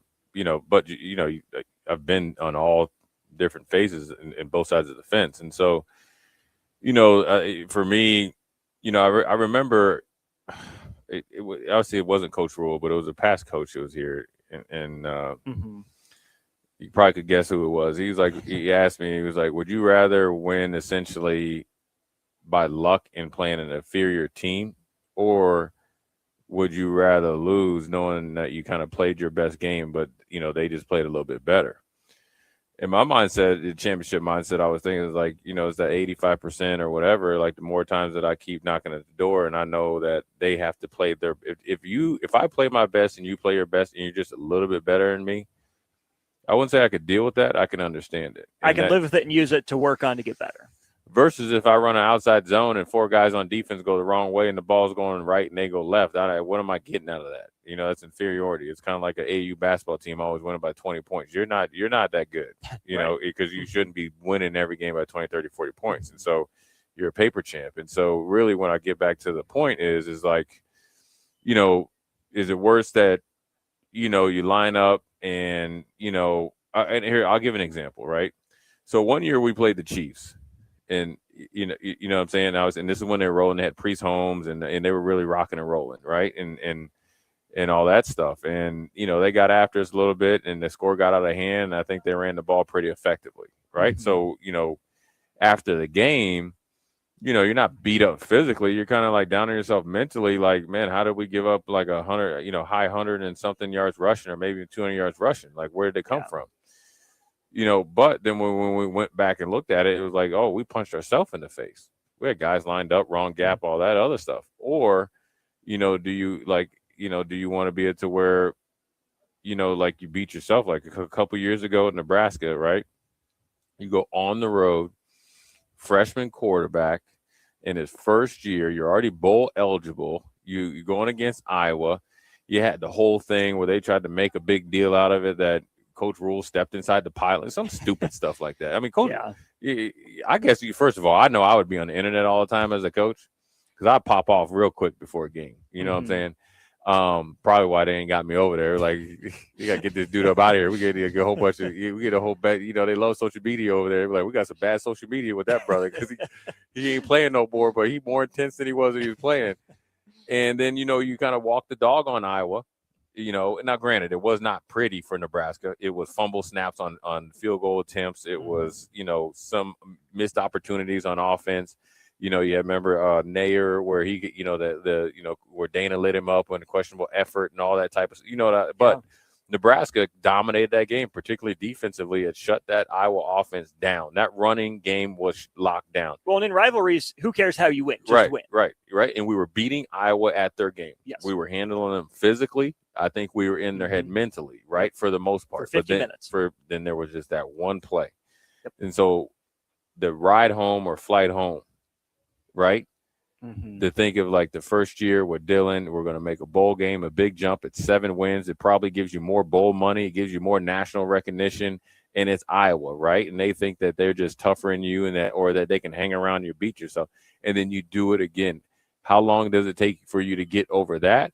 Or if you play against, I guess, the Penn State game or Minnesota game, which is worse because, the Minnesota game, could be worse internally because it was probably more, well, I could say the Iowa game is controllable, but you can control how you show up to the game. Mm-hmm. You can control what your mindset is. Mm-hmm. You can control, like Coach Rule said, that you had guys that have been here 3 or 4 years, and the first 8 plays, they had mental errors. That's not on coaches. That's kind of like how you approach the game. That's how we approach the game. Yeah. Like if us 8 around here, you decide to not line up right or show right. That's you can't blame that on. That's us. We've been doing it. It's late in the season. We ain't putting in a new defense. You know, so I don't know which one is which. I mean, I hate losing, but I just think that Nebraska fans probably need to decide that, because when you look now, I'm going to say this right. Mm-hmm. Losing to Iowa should never happen at the clip that it's happened. Mm-hmm. But I'm asking Nebraska fans, go back and look and see which one hurts worse. Well, I mean, look at the year. We can go back through the decade. I have all these games pulled up. I know you over there. I seen you over there. Hey, listen, people, you can't see Austin. As I'm giving the sermon, as I'm dropping knowledge, my man's over there like that, boy. I'm telling you, like John Sally and Bad Boys. You remember, you ain't the nerd like it, but you on that computer. I'm John Sally. I'm Obi-Wan Kenobi. Hey, What's next? you have many hats. You know what I'm saying? You still got you do got your card now. You got a little street cred too. So I was looking over there and I saw you on there. So let's go ahead and go through them, and then let's decide. Yes. And then obviously the textures as well. Okay, 2025, last year's game, Nebraska loses 40-16. Trailed 24-16 going into half after the sneak by Gronowski. Put him up with about 30 seconds left in the half. Nebraska doesn't score in the second half. Iowa goes on a 16-0 run, cued off by a safety by Nebraska early on in the second half. Nebraska 3 fumbles, only lost one of them, but 1 turnover and 5 penalties for 53 yards. And did Iowa run the ball effectively in that second half? Iowa in the game, 46 carries, 213 yards, 4 touchdowns. So, yes. Yeah, 4+ yards per carry, 4.5.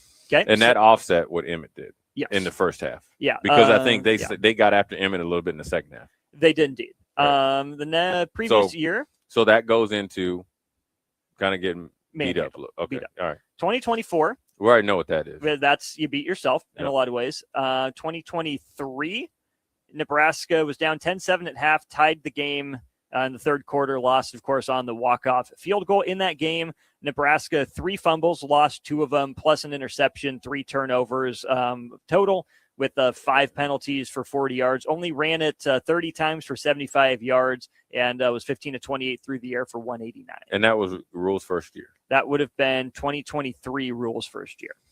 Chuba Purdy was your starter that game. That's probably beating yourself then. Now, look, I mean, that's not probably who you want to go into the fight with, but I would say that's that's 2 for beating yourself. That's fair. 1 getting, Peter rolled a little bit. 2021, Nebraska leads the game 21-9 headed into the fourth quarter. Iowa rips off 19 straight points to win at 28-21. Is that the block punt? That's the blocked punt and the safety. No. And was that at home or away? That was at home. That was in Lincoln. So that was Frost last year? That was, yes, the Logan Smothers game. Oh. That's the second to last year. So there's the win in 2022 that Nebraska stole in Iowa City, the Kolarevic interception. And then this is the year before. The year before that. Oh, yeah. Oh, yeah. Yeah, I saw that. Mm-hmm. For real. Yep. I saw it during the week. So which one was it? That's both. Yeah, it's like which kind of diarrhea do you want? You got both. Hey, that's like my Taco aunt. Bell Hey, style. that's like my aunt said. My aunt Audrey said, "That's both." That's both. Both. That's both. That's hold on. Let me see. Nebraska kind of was winning that game. Was beating it. Was like controlling that game. So Nebraska led 7-0 halfway through the first quarter. Gave up a field goal.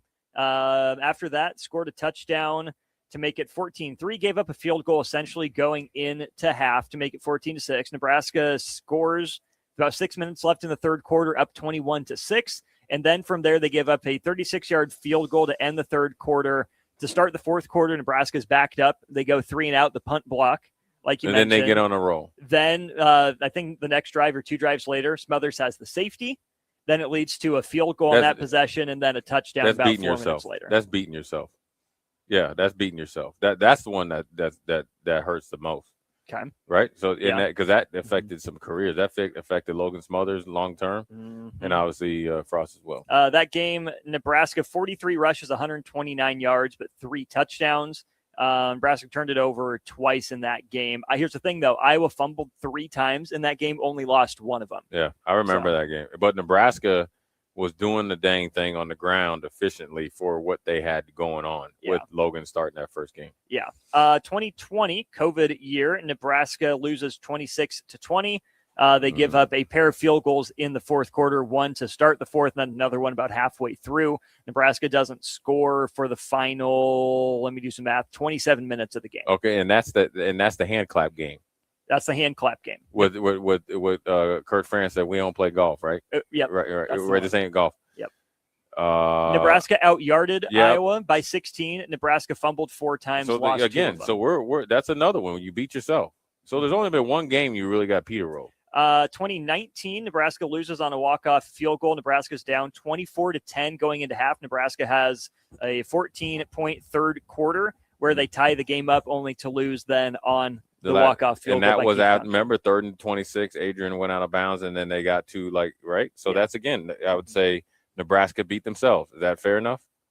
Yeah, but I want to give Nebraska a little bit of credit for the comeback. When maybe getting down 14 points is beating yourself. Nebraska was outgained only by 40 yards. Both teams fumbled once and lost it. Both teams had an interception in that game. Iowa actually had double the penalties and double the yards of Nebraska, but just pulled away, obviously, late in that one. The year before that, 2018, Nebraska, again, down big entering the fourth quarter, down 28-13. They score a pair of touchdowns as Maurice Washington touchdown catch, Adrian Martinez touchdown run with a 2-point conversion to tie the game at 28 with 3.5 minutes to play. Before, stop me, we've heard this one before, Nebraska gets walked off on a field goal.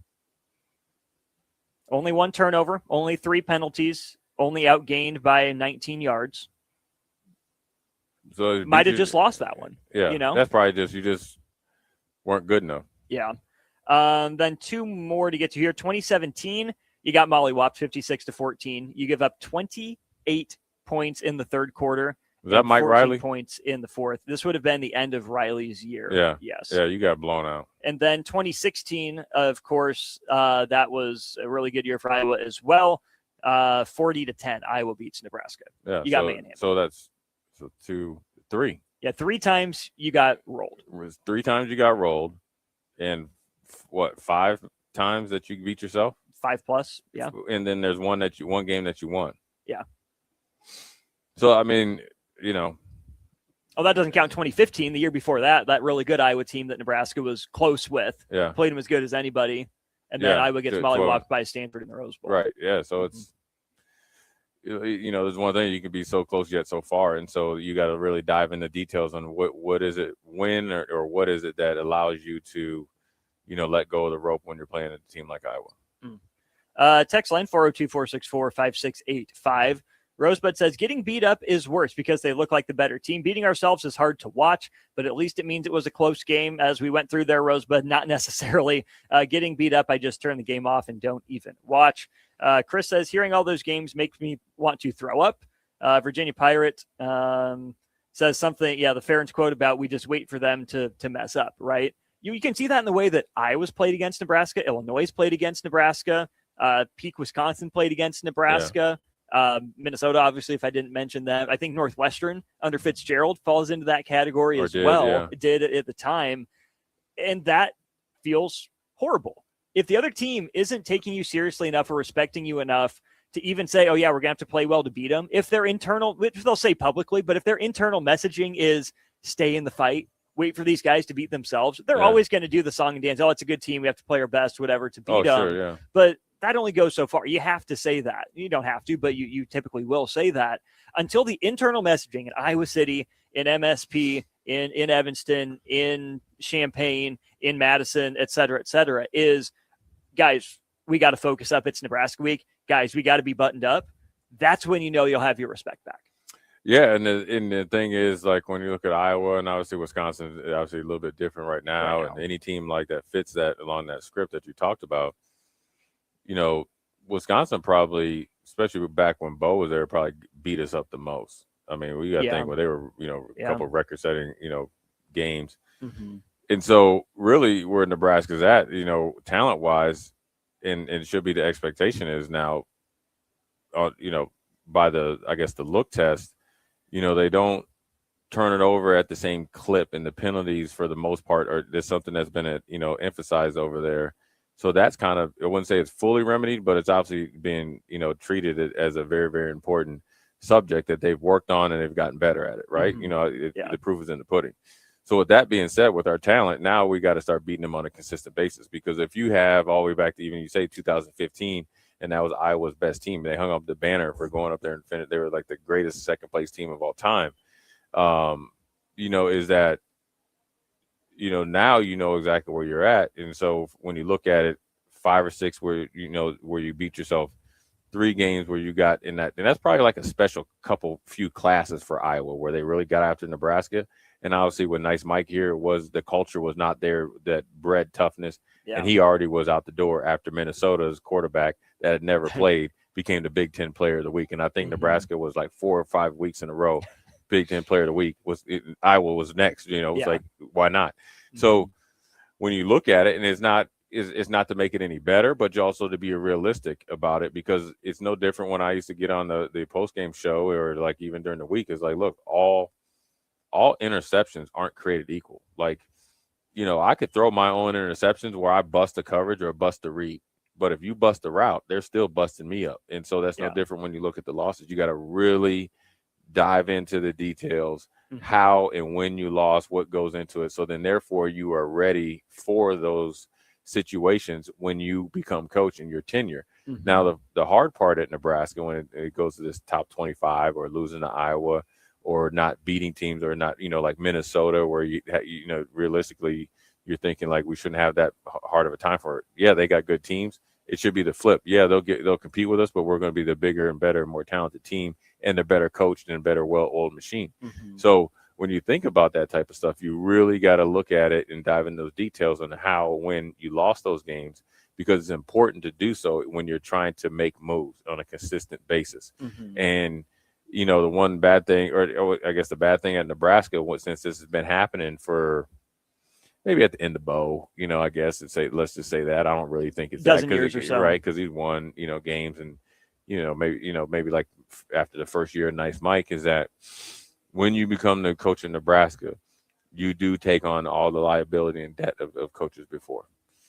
But on the flip side, I will say this: when you become the coach in Nebraska, you are highly compensated at a rate way higher than the guys before, so you have to take on that debt. So, well, and if you're the one that's successful, guess what? You're the one that wiped away all that debt, and you get extra credit for it. We can keep going on. We could do it the second segment of this. Listen here, winning here. First of all, being a hero here is easy now. It is. Yeah. And this is not a knock. I'm just telling you, if you could just walk and chew gum and have a heartbeat and just a little bit of savage in you, just a tiny bit. Then you have to capitalize the S in savage. It's all lowercase. Yeah, little you could take over. They would think that you're the best thing walking around here because you haven't had it. And it's so and what people put their butt in the stands for, there at Nebraska, and I'll say this before we go to break, is you get the younger fans, and the fans are tired of the 90s and all this other stuff and blah, blah, blah. And you guys want to bring back the triple option, which no, we don't. And no, I do not. Paul Johnson ain't walking through that door. Because I'm a big lineup, 11 and 12 personnel, bring an H back and punch you dead in your face, and I'm going to kill you in the middle of the field and then hit you over the top. That's me. So that's how I'm going to beat Farley on the game. But the thing is that people on the what is that over there? NC record. How many consecutive sellout streaks? I can look this up. I think they did. Don't you got binoculars? 400. You a baseball fan? You ain't got no binoculars? No, I didn't bring them with me. I can see everything just fine here. So this wonderful. Hey, text line. How many consecutive sellouts did Nebraska got? 400. Yeah, 400 some at this point. 404 potentially. So 404. 403. Something. Yeah. So we get 404, 405, 406, 407. When we get to there, everybody puts their butts in the stands to get a glimpse of what the 90s was. So that's why if you have a little bit of savage with the Taj Mahal over there and a lot of focus and a lot of heart, that's why you got these dudes up there that roll around thinking like they the dude, because you could be. It's easy. It's easy. Okay, let's have that conversation. It is. Are the standards high? Are the standards low? What is the reception situation going sets to be up like? now for greatness a lot easier. Okay, let's dive into that as we continue Old School, brought to you by Graham Tire next, 93.7 The Ticket. Watch Old School live on Facebook, YouTube, or Twitch. Old School with Foreman and Orman on 93.7 The Ticket and theticketfm.com. Hi, it's Sean Callahan here with Koppel Chevrolet GMC in Louisville. Koppel is proud to be the highest rated GMC dealer in the Omaha and Lincoln areas based on Google reviews. Right now, get 0% financing for 60 months on new Silverado and Sierra 1500 models. But hurry, the 0% financing offer won't last long. Visit us in Louisville or check us out online at koppelcars.com. Rico here with HIS Auto Care at 70th and Van Dorn, letting you know HIS is a great place to bring your vehicle for service. With superior service bumper to bumper, we'll treat your vehicle like it's your mother's. Doesn't get any better than that. So call 402-488-8934 and HIS Auto will make you glad you did. 5% off, mention this ad, and for sure your mother will be proud you called.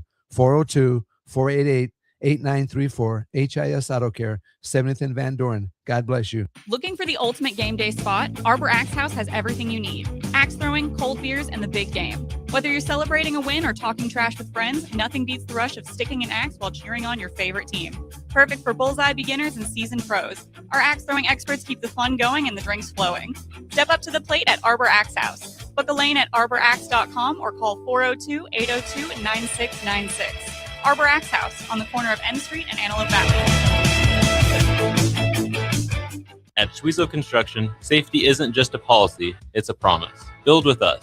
Work safe, go home proud. We're hiring skilled craftsmen, laborers, concrete workers, and steel erectors who value quality work and a team that has your back, on and off the job site. If you're ready to be part of a company where your safety and success come first, visit Schwezo.com. That's SCHWISOW.com and apply today. Schwezo Construction, 40 years strong and still building the future. Start your Sundays off right with Jeff and Nicole Essink on Fitness Fanatics. Jeff and Nicole discuss health and wellness, how to achieve fitness goals, and more through the life of gym owners and gym goers. It's Fitness Fanatics from 9 to 11 a.m. on Sundays on 93.7 The Ticket and theticketfm.com. Are you looking for an exciting new way to put your skills to work? Explore new career options in the fintech industry at Currency, a Sandhills Global company. We offer full-time positions in financial sales, compliance, operations, and other fields. We also offer a 4.5-day work week, an attractive benefits package, and opportunities for advancement. Put your motivation to work and grow with us at Currency. Visit gocurrency.com/careers to learn more.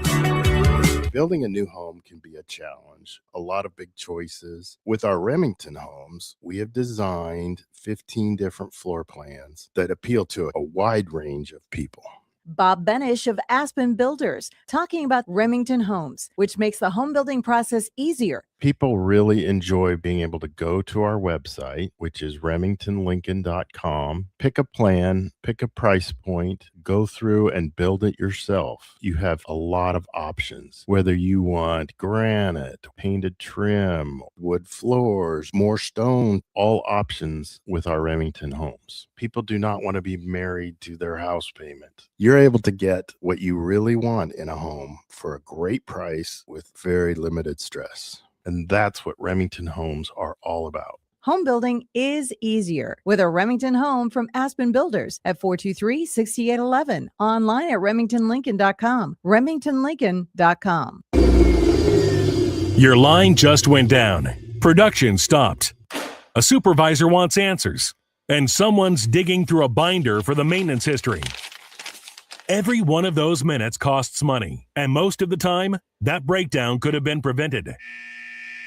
That's where MaintainX comes in. MaintainX catches the failure before it happens. Preventive maintenance plans on every key asset to improve reliability. Work orders assigned and tracked right from your phone. Everyone from the floor to the front office is in the loop. Real-time dashboards give managers instant visibility into what's been completed, what's overdue, and where the bottlenecks are. No more guesswork. Just a smarter, faster maintenance operation. Companies on MaintainX have cut unplanned downtime by over 30% and saved thousands on parts and labor every year. See what it can do for your operation. Try MaintainX free at maintainx.com. If you're seeking a career with a growing company, Dana Trucking and Excavating is hiring and looking for additions to their team. Dana Trucking has a strong team culture, competitive pay, 401ks, and benefits like health, dental, and vision. Drivers are guaranteed 40 hours per week, even in the winter months, and are home every night. Start your career today at Gaina Trucking and Excavating. Apply today at GainaTrucking.com. Play ball! Some places just feel like home. In Lincoln, that place is Haymarket Park. For 25 seasons, it's where we gather with friends, with family, and our out-of-towners who want that same warm welcome. It's where kids catch their first foul ball, where we're all neighbors for at least 9 innings. Because when Salt Dogs fans root for our home team, there isn't a single stranger in the stands. So come one, come all, and let your local tradition play on. Get your tickets at saltdogs.com. 93.7 The Ticket is Lincoln's home for Kansas City Royals baseball in 2026. Catch all the action as Bobby Witt Jr., Salvador Perez, Vinny Pasquantino, and a pitching rotation led by Cole Reagans try to lead the Royals back to the postseason. That's Kansas City Royals baseball all summer long. On the air in Lincoln at 93.7 The Ticket. Back to old school with Foreman and Orman on 93.7 The Ticket and theticketfm.com. Welcome back in. It is Old School. Austin Orman, Jay Foreman with you at Haymarket Park. I want to let you know about our friends over at Schwezo Construction, where safety isn't just a policy, it's a promise. Schwezo is hiring skilled craftsmen, laborers, concrete workers, and steel erectors who value quality work and a team that has your back on and off the job site. You can apply today at schwezo.com. Again, skilled craftsmen, laborers, concrete workers, and steel erectors are the positions they're looking for right now. SCHWISOW.com. 40-plus years strong in business, doing all sorts of great work all around Lincoln and the surrounding area for 40-plus years. Schwezo Construction. All right, Jay. The standard, the expectations at Nebraska. Standard high, standard low, standard easy to reach, standard hard to reach. I mean, depending on what the standard is, I just think the ability to be great or be viewed as great right now is a lot easy, or is way easier, because there's been a lack of success team-wise, right? And greatness and being viewed as a good or great player, being on good teams was a little bit harder. Now, granted, we didn't have the social media presence. Nobody did. So that's just where we were at. But ultimately, I think it's a lot easier here because we haven't won on the big stage. So you could be an average player on a team that makes it to the college football playoffs and let's just say expands to 24. That they're not taking anything away from it, but a part of that, and you had never done, we hadn't been on that type of level of success, right? No matter. Yeah. Now, granted, is it watered down a little bit? Yes and no. Yes, because 24 teams are getting in with a potential chance to win a national championship. Versus when I played, it was either you were in the national championship or you weren't, right? And so that's where I think then if you're a part of that, right, and with the social media presence, right, and with the let's say the thirst for being thought of, from the fan base on that, say like Nebraska. Made it into like the Final Four, in the, if they had their Ole Miss run. Yeah, Ole Miss run. We having a parade going down there right by 1040 O Street at Ticket. Guarantee it. Now, individual, is way easier thought of. But I think a lot of guys covering the team, and it starts in recruiting now, and they start to put and compare guys to greats in the NFL and college before they step on campus. Now, some of it is based on the accolades and the attention they get coming out of high school, and some of it is just a lot of guys that are saying it don't know what they're talking about. And so,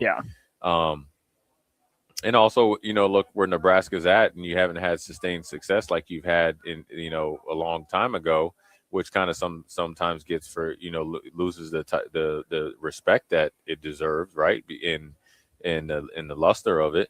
Then you start to focus on something that's was not what it was or what it should be, but what you can possibly swallow and digest and kind of lie to yourself to think that it would be. And so that's just my whole point. And I started to think about it, just because, I don't know if you can tell, bro, one got a little lineup today. You know what I'm saying? I always feel you always feel good when you get lined. Cause boy, I was looking busted, right? But then I walk in there. I wasn't going to say it. And that's fine. I got a little stuff. I got some, stuff. I've been got some battles going on, so it's been a little tough time going. But, man, I saw, I ran into the barbershop. And first of all, I would have never thought I would have seen who I've seen in a black barbershop. right? I think I can about imagine. It ain't Nick, right? But it was close to Nick. It was Barrett Ruud.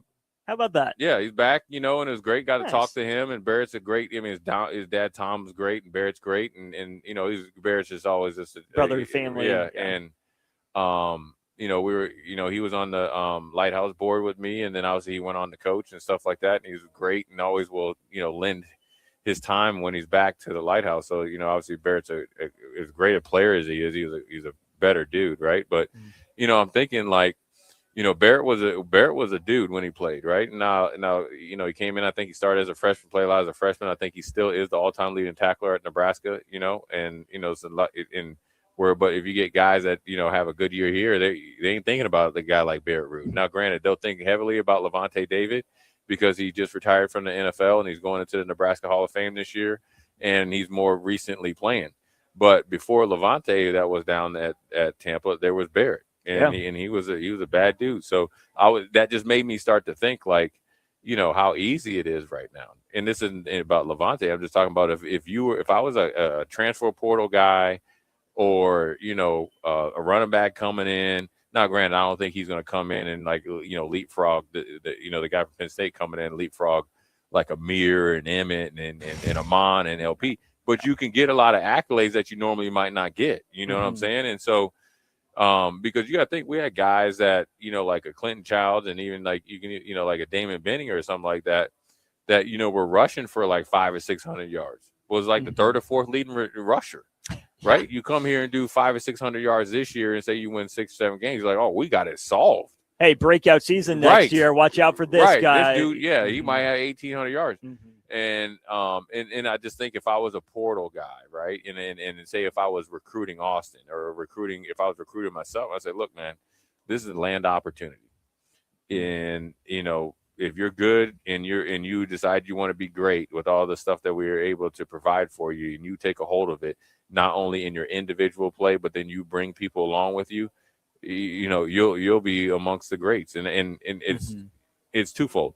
The thing is, somewhat disrespectful to forget about all the great players that played here, but then also it's the opportunity that you have right now based on, however many years it kind of lacked a little bit.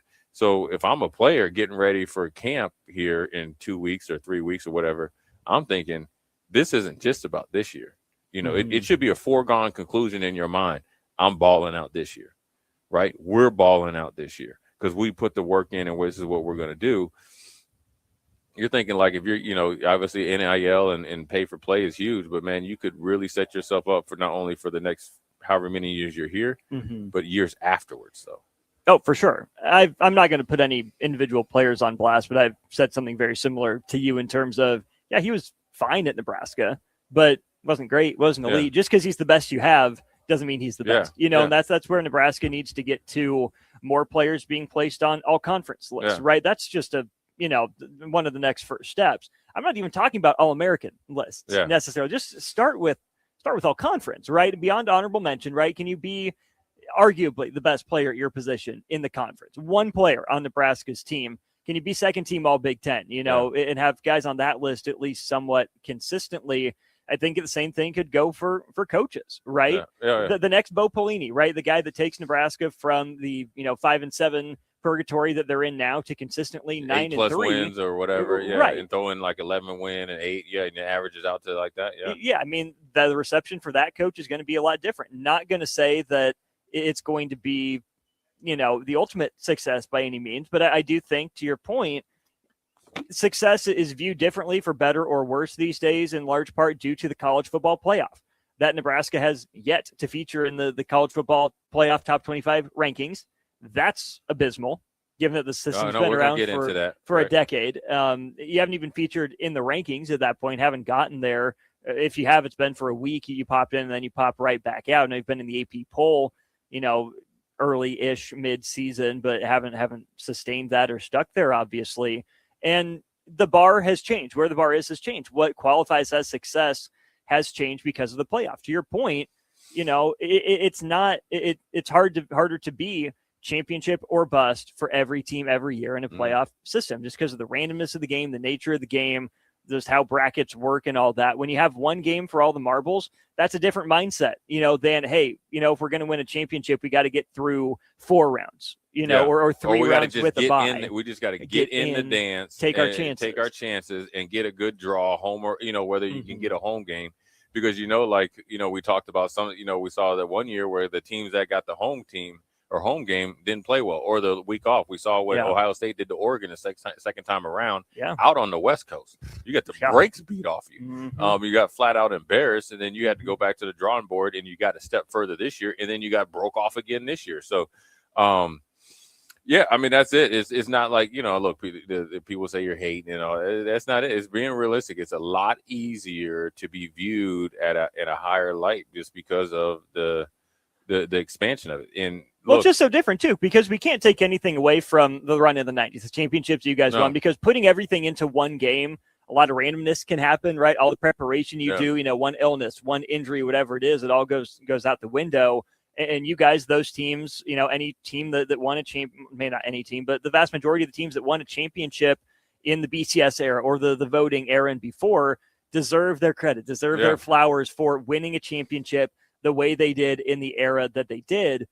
And just because I don't want to say the standard, but the way you determine a national champion has changed. I don't want to take anything away from Indiana or LSU. And I know you're not. I'm just saying when we talk about the next great Nebraska team, let's say they go 10-2 and they make it to the Sweet 16 or the Elite or whatever it is. Clearly, they're not on the level. They didn't win a national championship. You don't want to give them too much credit for winning 2 games in the playoff, but not winning a championship, but give them enough credit for doing it. Exactly. Especially if it's one of the teams that had, you hadn't done it in a while, and you're able to kind of take those steps, like Nebraska basketball this year. You're not only make the tournament, you win 2 games, Sweet 16, and then you have that sour taste in your mouth that you probably figure that you let that Iowa game go, and it didn't end the way you wanted. So, that's where, the expectations and standards can, sometimes grow overnight externally. Well, internally, that's probably what they thought we're thinking for a long time. So, you talk about culture. You asked me about that. You talk about what it takes to be for a championship mindset, whether it's back then or now. I always say this, really, if you really like, I guess, win, you have to have,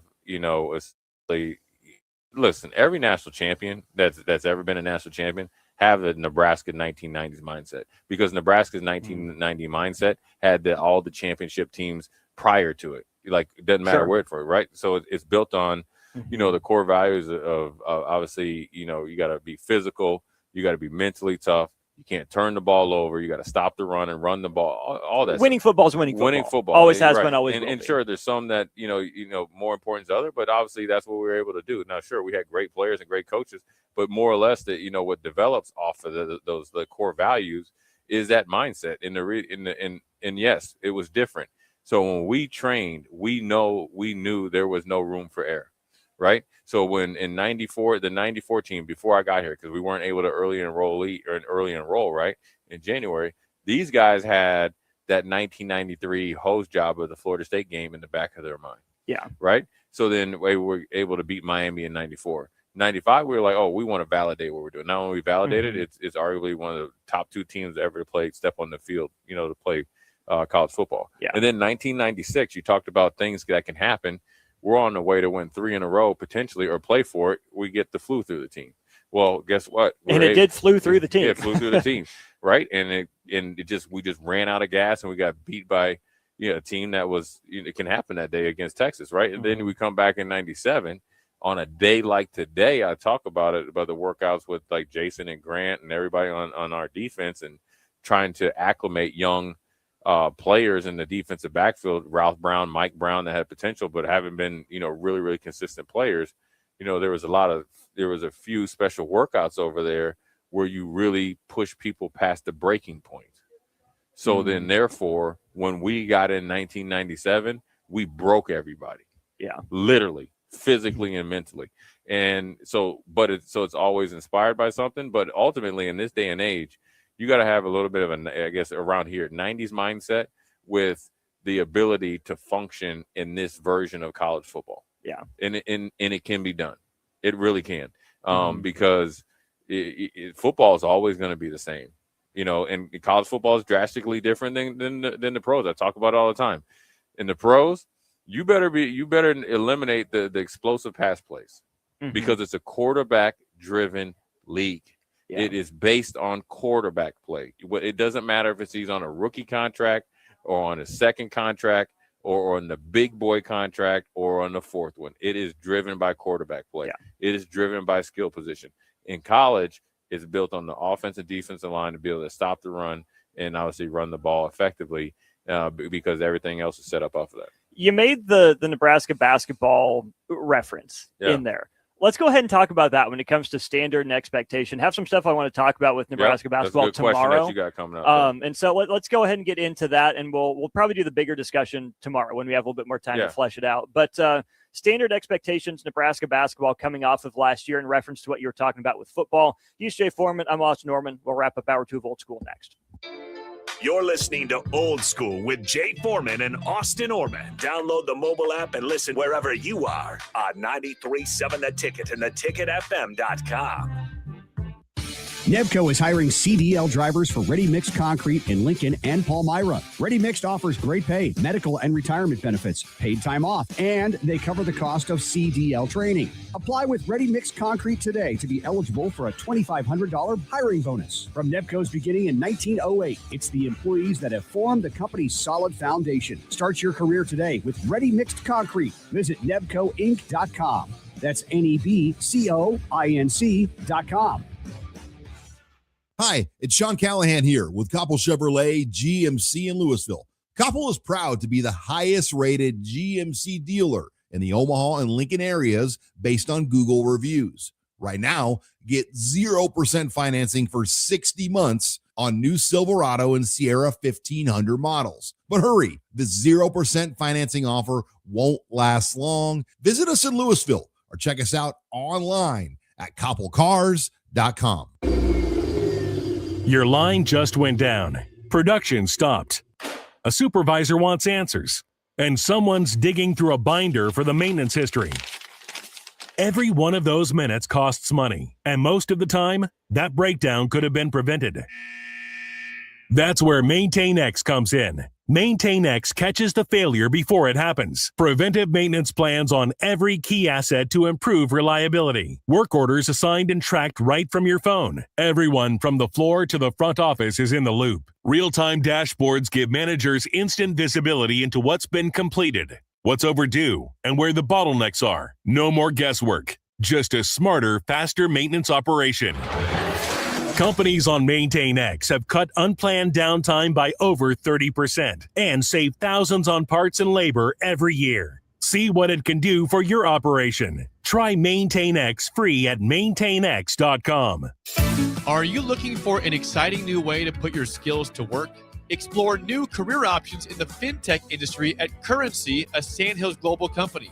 We offer full-time positions in financial sales, compliance, operations, and other fields. We also offer a 4.5-day work week, an attractive benefits package, and opportunities for advancement. Put your motivation to work and grow with us at Currency. Visit gocurrency.com/careers to learn more. Start your Sundays off right with Jeff and Nicole Essink on Fitness Fanatics.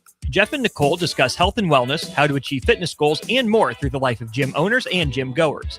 It's Fitness Fanatics from 9 to 11 a.m. on Sundays on 93.7 The Ticket and theticketfm.com.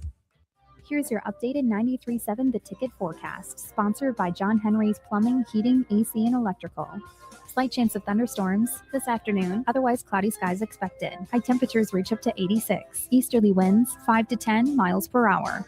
Mainly clear skies. Tonight, slight chance of thunderstorms, lows dip down to about 66. That's your updated forecast on Lincoln's home for the Kansas City Royals. 93.7 The Ticket. I'm meteorologist Kara Foster. Right now, it's 80 degrees. When something breaks, you want someone you can trust to fix it right. Empire Repair is now open in Waverly and ready to serve our community with reliable auto repair and maintenance. From routine service to bigger repairs, our team is here to keep you on the road. Stop by Empire Repair in Waverly or call 402-786-2224 to schedule your service today. Empire Repair, proud to serve Waverly. Right here in Lincoln, young people are waiting for someone like you. At Big Brothers Big Sisters, mentoring happens out in the community. Grabbing ice cream, shooting hoops, playing music, or just hanging out and talking. It's not about being perfect. It's about showing up, spending time and building a positive, consistent connection with a young person. Just a few hours each month can make a lasting impact. Be big. Start something life-changing today. Learn more at bbbsmidlands.org. Hey Husker Nation, this is Todd Euler, two-time national champion with Window World Lincoln. Are you ready to transform your home? We offer exceptional replacement windows, doors, siding, and roofing that will elevate your home's curb appeal and value. As a nationally known, locally owned business, we treat you like family and work tirelessly to deliver the best for less. Don't wait to give your home the upgrade it deserves. Contact Window World Lincoln today at 464-7313 or check out windowworldlincoln.com. Let's make your home the talk of the neighborhood. If you're seeking a career with a growing company, Gaina Trucking and Excavating is hiring and looking for additions to their team. Gaina Trucking has a strong team culture, competitive pay, 401ks, and benefits like health, dental, and vision. Drivers are guaranteed 40 hours per week, even in the winter months, and are home every night. Start your career today at Gaina Trucking and Excavating. Apply today at gainatrucking.com. Building a new home can be a challenge, a lot of big choices. With our Remington homes, we have designed 15 different floor plans that appeal to a wide range of people.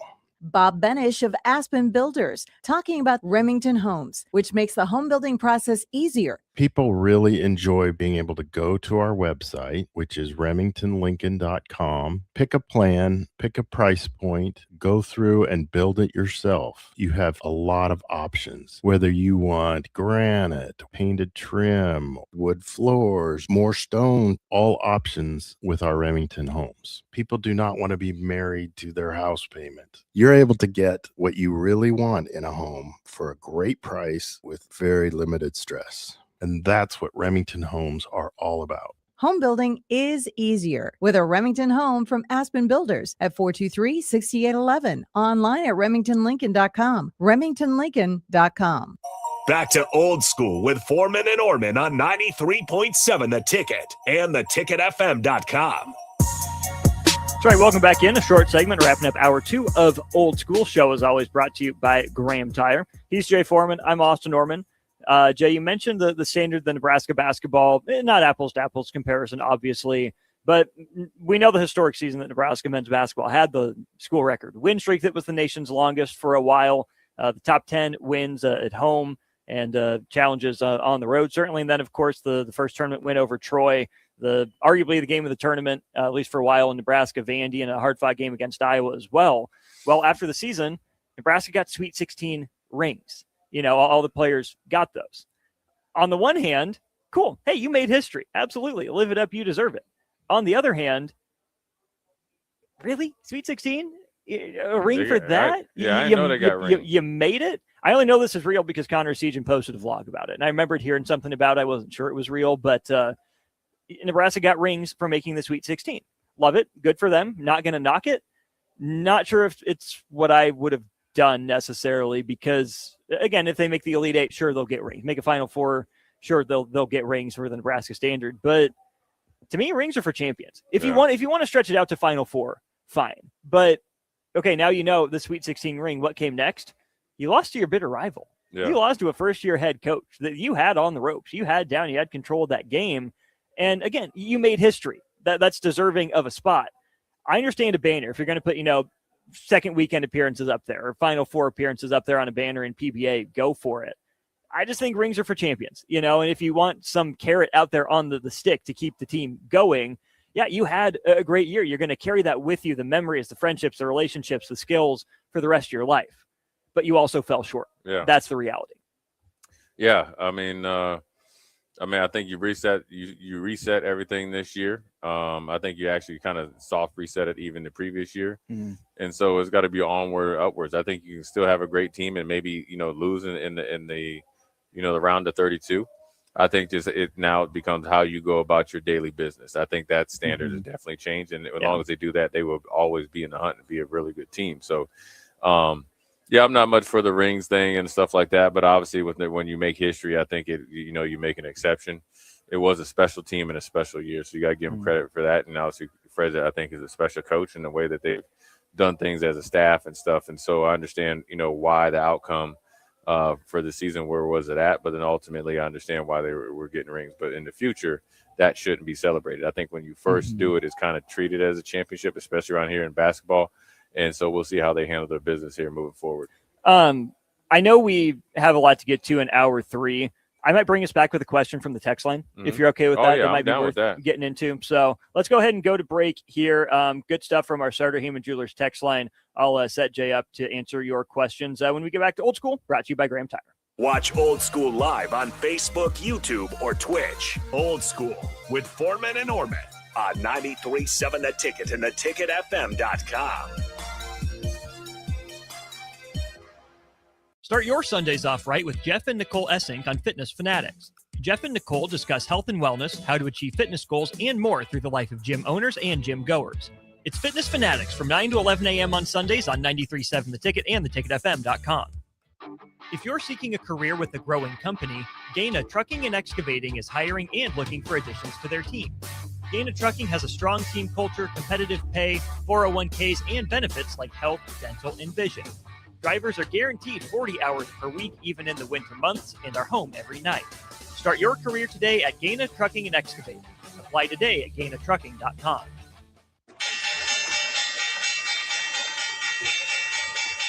With so much financial uncertainty, are you wondering if retirement savings will last? Markets' ups and downs can keep you guessing, especially if you're approaching retirement or considering it. Hi, I'm Edward Jones, advisor Ryan Buck. If you have more questions than answers about what's next, let's work together to help you ensure you're prepared for the journey. After all, retirement isn't the end of the trek. It's a new beginning. Stop by our office at 8380 Old Cheney Road, Lincoln, Nebraska. Edward Jones, member SIPC.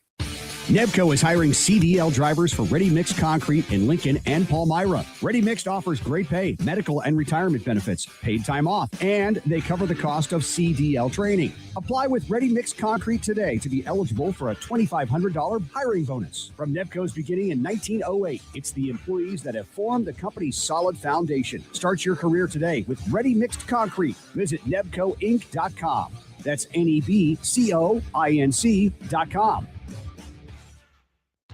Hey, Husker Nation, this is Todd Euler, two-time national champion with Window World Lincoln. Are you ready to transform your home? We offer exceptional replacement windows, doors, siding, and roofing that will elevate your home's curb appeal and value. As a nationally known, locally owned business, we treat you like family and work tirelessly to deliver the best for less. Don't wait to give your home the upgrade it deserves. Contact Window World Lincoln today at 464-7313 or check out windowworldlincoln.com. Let's make your home the talk of the neighborhood. Hi, it's Sean Callahan here with Koppel Chevrolet GMC in Louisville.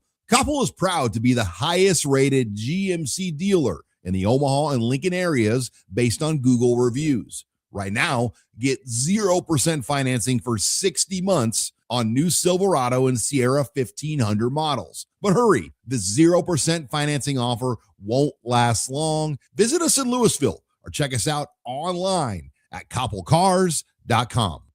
This is Lincoln's home for sports talk on the FM dial. Also online at theticketfm.com. On the internet. KNTK FM Firth, 93.7 The Ticket. Are you looking for a fresh new hangout spot? Let me tell you about Liquid Assets Sports Bar, where Mondays mean new weekly drink and food features. With 23 taps, a full lineup of cans and bottles, and 40 TVs blasting every sports package out there, you'll never worry about missing a play. Savor high-end spirits at their stylish back shelf bar, enjoy a healthy, family-friendly menu, and catch all your favorite teams every day. Doors open daily at 11 a.m. Liquid Assets, located on 2755 Jamie Lane in South Lincoln. Right here in Lincoln, young people are waiting for someone like you. At Big Brothers Big Sisters, mentoring happens out in the community. Grabbing ice cream, shooting hoops, playing music, or just hanging out and talking. It's not about being perfect. It's about showing up, spending time, and building a positive, consistent connection with a young person. Just a few hours each month can make a lasting impact. Be big. Start something life-changing today. Learn more at bbbsmidlands.org. Are you looking for an exciting new way to put your skills to work? Explore new career options in the fintech industry at Currency, a Sandhills Global company. We offer full-time positions in financial sales, compliance, operations, and other fields. We also offer a 4.5-day work week, an attractive benefits package, and opportunities for advancement. Put your motivation to work and grow with us at Currency. Visit gocurrency.com/careers to learn more. When something breaks, you want someone you can trust to fix it right. Empire Repair is now open in Waverly and ready to serve our community with reliable auto repair and maintenance. From routine service to bigger repairs, our team is here to keep you on the road. Stop by Empire Repair in Waverly or call 402-786-2224 to schedule your service today. Empire Repair, proud to serve Waverly. Coming at you live from the heart of downtown Lincoln, this is Old School with Foreman and Orman. Nebraska Football Hall of Famer Jay Foreman. Here's Coy Detmer dropping straight back in the pocket. Rifles a pass. It was tipped. It's picked off by Foreman. He's at the 15, 10, 5. He'll score! Woo! Foreman got it, and it's touchdown Huskers. Black shirts answer the call one more time. And Austin Orman. Old School with Foreman and Orman is sponsored by Graham Tire Company of Lincoln. Your tire store next door with 4 Lincoln locations. Old School with Foreman and Orman on 93.7 The Ticket and theticketfm.com. Home Run Derby underway here at American Association All-Star Game. Second competitor going and currently in the lead. First player got one out. Looks like 3. That's going to be 3. That is a rocket. Gone. Oh, warning track? No, it did it's sneak gone. over the fence. All right. He's Jay Foreman. I'm Austin Norman. A little bit different here as I start hour 3. Sorry to take it from you, Jay. I just had the question from the text line we're going to get to here. Big thanks to Graham Tire Company for their sponsorship of the show. The question here is because all the coaches at Nebraska have had uniformly bad records, but essentially looking at it was something Tom Osborne said in the 80s and 90s. Kansas State, Iowa State, Kansas, Coach Osborne said never won anything because they didn't give coaches a chance, right, to build a program to set the standard. Right. And then comparing that to Nebraska, obviously Nebraska's gone through its fair share of coaches here in the last 10 years, really ever since Bo Pelini. Now, when you look at, what happened with Callahan, when you look what happened with Riley, you look what happened with Frost, et cetera, the results haven't been good, right? So I don't think you can necessarily say, oh, it's just a matter of time. Those guys were going to win. The signs were always there. Do you think any of those guys had a chance to turn things around had they been given more of a leash, or did Nebraska make the right move in all 3 of those cases, moving on when it did to try something new, not letting it spiral even further out of control? I would say even go back even further. I don't think they really gave Frank a chance. So I think they pulled the plug on Frank too quick. But then obviously from Frank, you got Bo. So, we can start at Bo. Mike Riley came in. Did he get longevity and a chance? Not necessarily. He didn't even, the AD made him fire his defensive coordinator. The defense was like the bright spot of the team. To bring in the new best coach on campus, right? Supposedly. So I would say he didn't get a chance, right? But did he ever have a chance when they hired him? But did he have a chance to succeed? Was it ever going to work to begin with? Right, that's what I'm saying. You always were, the clock was already kind of fast forward, ticking, with that. Mm-hmm. And then Frost, I'd say he got a lot of opportunity. I think he had a pretty long runway for quite some time. Now obviously he had things out of his control that he couldn't control, which was obviously the work stoppage and play stoppage, and obviously for the national pandemic, COVID or whatever you want to call it. But he still had 2 years after that. He still had 2 years after that. But the timing of it hurt the most because he obviously had the runway to gut the team, and then they went from, I call it on schedule team year-wise, to one of the youngest teams in the nation. Yeah. Then you're not winning. You don't have any culture. Mm-hmm. But at the end of the day, I'd probably say he got enough time. The other example I think we can go to, and I'm not sure Nebraska's had a guy like this, is the Tom Allen at Indiana, right? Because at least with him, you had seen some signs of life relative for that program until the Signetti era, right? He'd made his fair share of bowl games for Indiana. No, they weren't always great. He had a couple pop-up years where they ended up winning 8 or 9 games. You saw NFL talent in the door, but Indiana, wasn't willing to, support him financially, right? And you could tell the writing was on the wall for him. I think you could make a case for a guy like Tom Allen, being sold short at Indiana. Well, if you're going to invest in the new guy, why don't you just invest in this guy when, he's shown signs of life, signs of promise within the last handful of years. But it's also so much more of an art, I think, than a science, right? It's not like if you only win X percentage of your games, you're a bad coach. If you only, retain X percentage of recruits, you can't just boil it down to if you're not meeting X, Y, and Z metrics all the time, right? Because sometimes there's a coach that's not meeting the metrics. See Hoiberg, Fred in basketball, where you saw signs of promise in Fred, the coach. He came to you with a plan, gave you reason to believe. I'm not sure you saw any of those signs from those three coaches mentioned to want to give them any much more leash than you already did.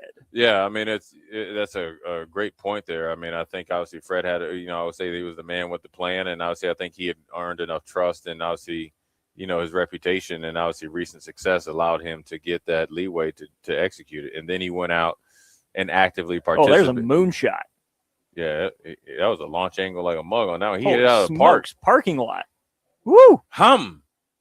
Under that one, but same trajectory. All right, sorry. But so he was able to execute it, and the biggest thing I think I take from Fred is that he was a part of it. So I mean, he had ownership in it, and so I think also the dynamics of college football changed when you have, I wouldn't call it, you had outside money coming in and controlling the team, the coaches, and if it's somebody that's if it's a coach that's maybe a particular donor or donor group doesn't like, or board or regents doesn't really like, then he's gone. Versus where the longevity that you had, for Coach Osborne at Nebraska, and obviously, guys at Oklahoma, obviously with Switzer and stuff like that, you're able to kind of create and develop your team and really run your program. But then also, I think, what coincided with it is the money, right? Where guys would, have one good year as a coordinator, go get a head coaching job. We'll have a breakout year, as a team, the head coach is gone. Well, then that's the mindset for the other ADs is like, I can go buy you. Sure. And then also, if I can buy you, I can fire you. Mhm. And as the money goes, obviously it's easier to fire guys, or it's more apt to fire guys because they want you to earn your paycheck. Now, I think one of the biggest things that's happened now is that the social media effect and people, all of these eyes watching, what you do off the field also affects how you're evaluated on the field. And so I think, with Nebraska, obviously, I think I will say this. They picked the imperfect time to make the wrong decision when college football was changing, when you should have just stayed pat. It was the worst time. If you made that decision 5 years before, or maybe 5 years later, you might be in a better spot. And you couldn't have made it 5 years before because we were here, so right. You just picked the worst time, and however it came by, everybody spent the better part of 20 or 30 years trying to copy Nebraska. And just after two or three not super standard years, we tried to copy a team that we had no business copying, and we went through in a spiral effect. And then college football changed, not even to the magnitude that it has now with paying players, but it changed with more networks. That means that you're not going to get guys to come here and sit and wait. And Nebraska struggled for a while. Well, and that's, I think, to my point about art versus science. And I want to be careful about how I phrase what I'm trying to say with this conversation, because yes, it's hindsight 2020, all that. And you can see some pretty clear missteps and unforced errors that Nebraska made in retrospect. But let's say that after Frank Solich, Nebraska hires Bill Callahan, and it works. Let's say Nebraska, gets to 9 wins a year or 10 wins a year, and they, are winning the Big 12 North, 3 out of the 4 years or whatever. Then it's, hey, what good vision. Nebraska saw that it wasn't going to work with Frank Solich. They tried the assistant route, and, they weren't afraid to cut ties when you could tell that, hey, this guy doesn't have it. Now, obviously, that's not what happened, right? There's butterfly effects, ripple effects every way. But that's what I go back to, art versus science. Had it worked, had Nebraska had a better gauge of the situation, obviously it would have been like ripping the Band-Aid off. It would have hurt to fire the hand-picked successor, right? But let's go to college basketball again. I need to get better with my college football history and knowledge, but think about like Hubert Davis, right? Carolina made the tough call. Hubert Davis wasn't a train wreck. Wasn't nearly as bad as Bill Callahan was for that program. Yeah. And yet for them, they made the decision to move on from it wasn't good enough, even though he was a beloved, alum, And so you can't just say this is for sure what's good enough. This is for sure what's bad enough. Context always matters. Just make the right decision, whether it's to keep or to move on.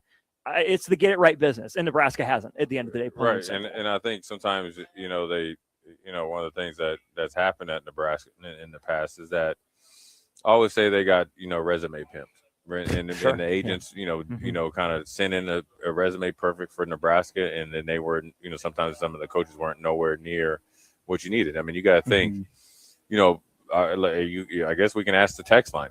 Was part of the reason why everybody needed? I know the answer, but I want to ask everybody else. The reason why Bill Callahan had to get the heck up out of here so fast, was it all based on how the team was performing, or was it how he was performing himself outside of football? Not that he was doing some, extracurriculars outside of his marriage. We're talking about how he was treating people, how he thought about Nebraska, how invested he was about being at Nebraska and wanting to stay here. That goes into it as well. Oh, for sure. Right. And so that's where I think a lot of things change, right? Whereas, like, let's just say, okay, I will say this. If all the coaches had to do it all over again when they came in here from Houston Nutt and all those guys and got the pay raises, like at that point in time where we were and then where we're at right now, you're always in the national title hunt. Nebraska and Lincoln, Nebraska is a destination job. Well, you've always described it as the biggest job, any of these coaches are ever going to have. But then look how long it took for us to hire somebody. Then we got a guy that, didn't really particularly like Nebraska, didn't want to embrace Nebraska, didn't want to embrace the history. As a matter of fact, he tried to erase Nebraska history. So that's where I think he didn't get enough time. You created your timeline to go into warp speed. Sure. Right? And then where you have Mike Riley, I think he was fine with it. I think he was just, here, hey, I'm chilling. I'm living at the embassy. I'm getting dropped off every day. Probably looking around like the LeBron meme. Yeah. This can't imagine this is my life, whatever. Smiling through it all. Biggest job of his career, and even been in the NFL. Even. Right. And so his time ran out quicker. His clock started to go into warp speed the more that Scott Frost and UCF started to win. Yeah. Period. He was 19-19. It wasn't the best, and obviously it wasn't the worst in Nebraska history, but he had shown the ability to recruit, right? Yeah. Obviously he had Bookie and all those Bradley guys, Hiles, and Bradley Hiles, and obviously Lamar and all those guys. But he felt like, when he knew it was over. Now, the funny thing about it, when you look at his tenure, not only did he indirectly get affected by the success of Frost, but he also was literally like manhandled, not literally, but like figuratively, like manhandled by the AD. Essentially, it says, okay, Chuck Banker is your longtime defensive coordinator, or Mark Banker, excuse me. And you just your defense just improved, I think, like 35 slots, I think, right? Something like that. Yeah, I'm going to try to look that up, what you're talking about. And he's one of your better recruiters, right? Especially West Coast over there. And you have to fire him while he's on a layover.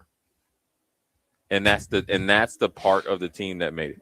So then, therefore, your time is up. Right then, as a coach, your time is up. You're firing my defensive coordinator, so we can bring in Bob Diaco. Yeah, Nebraska 2015 to 2016 allowed essentially 4 fewer points per game. In terms of some of the numbers, Nebraska finished that 2016 season with 26 sacks in 13 games, after in 2015 having 24 sacks in 12 games. So same rate was there. Nebraska ended up with 10 interceptions in 2015. And then in 2016, sorry, I have to scroll back and forth throughout all of these. Nebraska has 2 players with 5 interceptions each. So there's right there, you tied the year before. And then just in terms of some of the games and the opponents that Nebraska played in 2015, Nebraska gave up 33 to BYU, 36 on the road in overtime loss at Miami, 14 on the road to Illinois in a loss, 23 in a loss to Wisconsin, 25 in a win at Minnesota, 30 in a loss to Northwestern, 55 to Purdue, 38 to number 6 Michigan State, only 28 to that number 3 Iowa team on the run that they had, and then they beat UCLA with 29. Compare that to the 2016 team, 32 points in the home win over Oregon, 62 to Ohio State in the loss, but only 23 on the road to Wisconsin, 40 against that Iowa team, and then 38 to Tennessee in the bowl game. Yeah, so improvement. Yeah, it was improvement, but it was steady. Now, Bob Diaco was supposed to take it to a whole nother level. That didn't happen either. No. So I just think it's one of those things that when you look at the coach's tenure and whether forced or not, a lot of it had some indirect or outside factors that led to the early push for some guys to be gone. Yeah. And that affects your long-term history, because it creates instability. It makes it, makes the foundation unstable, because each time that you do it, and especially when you go from Frank to Bill Callahan, and Bill Callahan, and staff was a really good recruiting staff. He's one of the best offensive line coaches, ever to in coach football history. In his football history. He coached in the Super Bowl with, obviously, with the Raiders and stuff. And so he knows what he's doing. But when you switch from one to the other and they're so drastically different, you lose that fabric and that identity is like pulled out of your roots. And then you go to Mike Riley.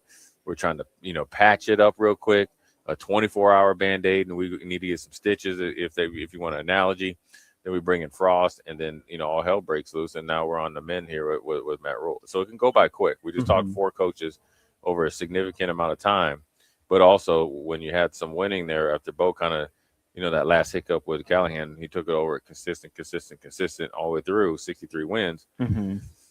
That's how you get to where you're at. And, look, the season's come upon us in a little bit over a month and a half.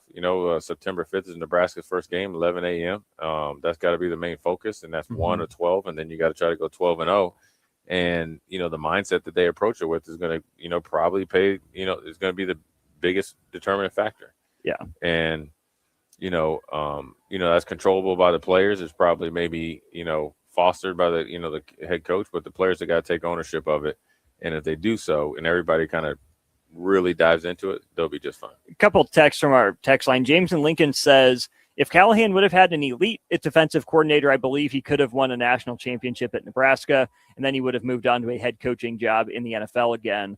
Not sure I can go quite that far. Then Gus Mohawk wants to know, was Bob Diaco the worst defensive coordinator in Nebraska history, or was it Kevin Kostko, which is hilarious, Kevin Cosgrove, obviously Callahan's guy, or somebody else? I don't know if that's the best way to frame it, but clearly Diaco didn't do what he was brought in to do, and those late Cosgrove defenses were getting shredded like we've never seen before. I mean, it's kind of, the toss-up between those two, and there's circumstances that lead into it, as well, but definitely a talented team with Cosgrove. I mean, they had some NFL players, and there's no doubt about it, and it just weren't, maybe well coached or very well motivated. And, whether it's the whole team or just a defensive unit, definitely wasn't up to snub. So, I don't know. You don't want to label anybody the worst ever, but they definitely struggled at that time.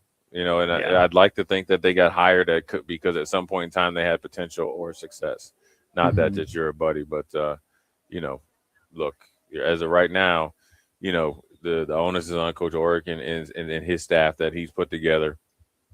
A lot of guys that he's familiar with, so the expectations have got to be right on the par of our defense has got to become more dominant and more consistent, and we don't have time to wait. Fair.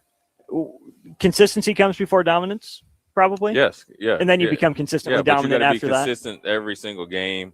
You got to be able to be consistently physical, execution, and efficient in your defensive, not only game plan, but how you play every day. And, obviously he's got to be able to coach and they got to be able to execute, but you're the head of the defense. You're highly compensated. We don't have time. We already been through this whole experiment. Remember, everybody was up in arms with the 3-3-5. Remember that? I mean, we did a black shirt breakdown.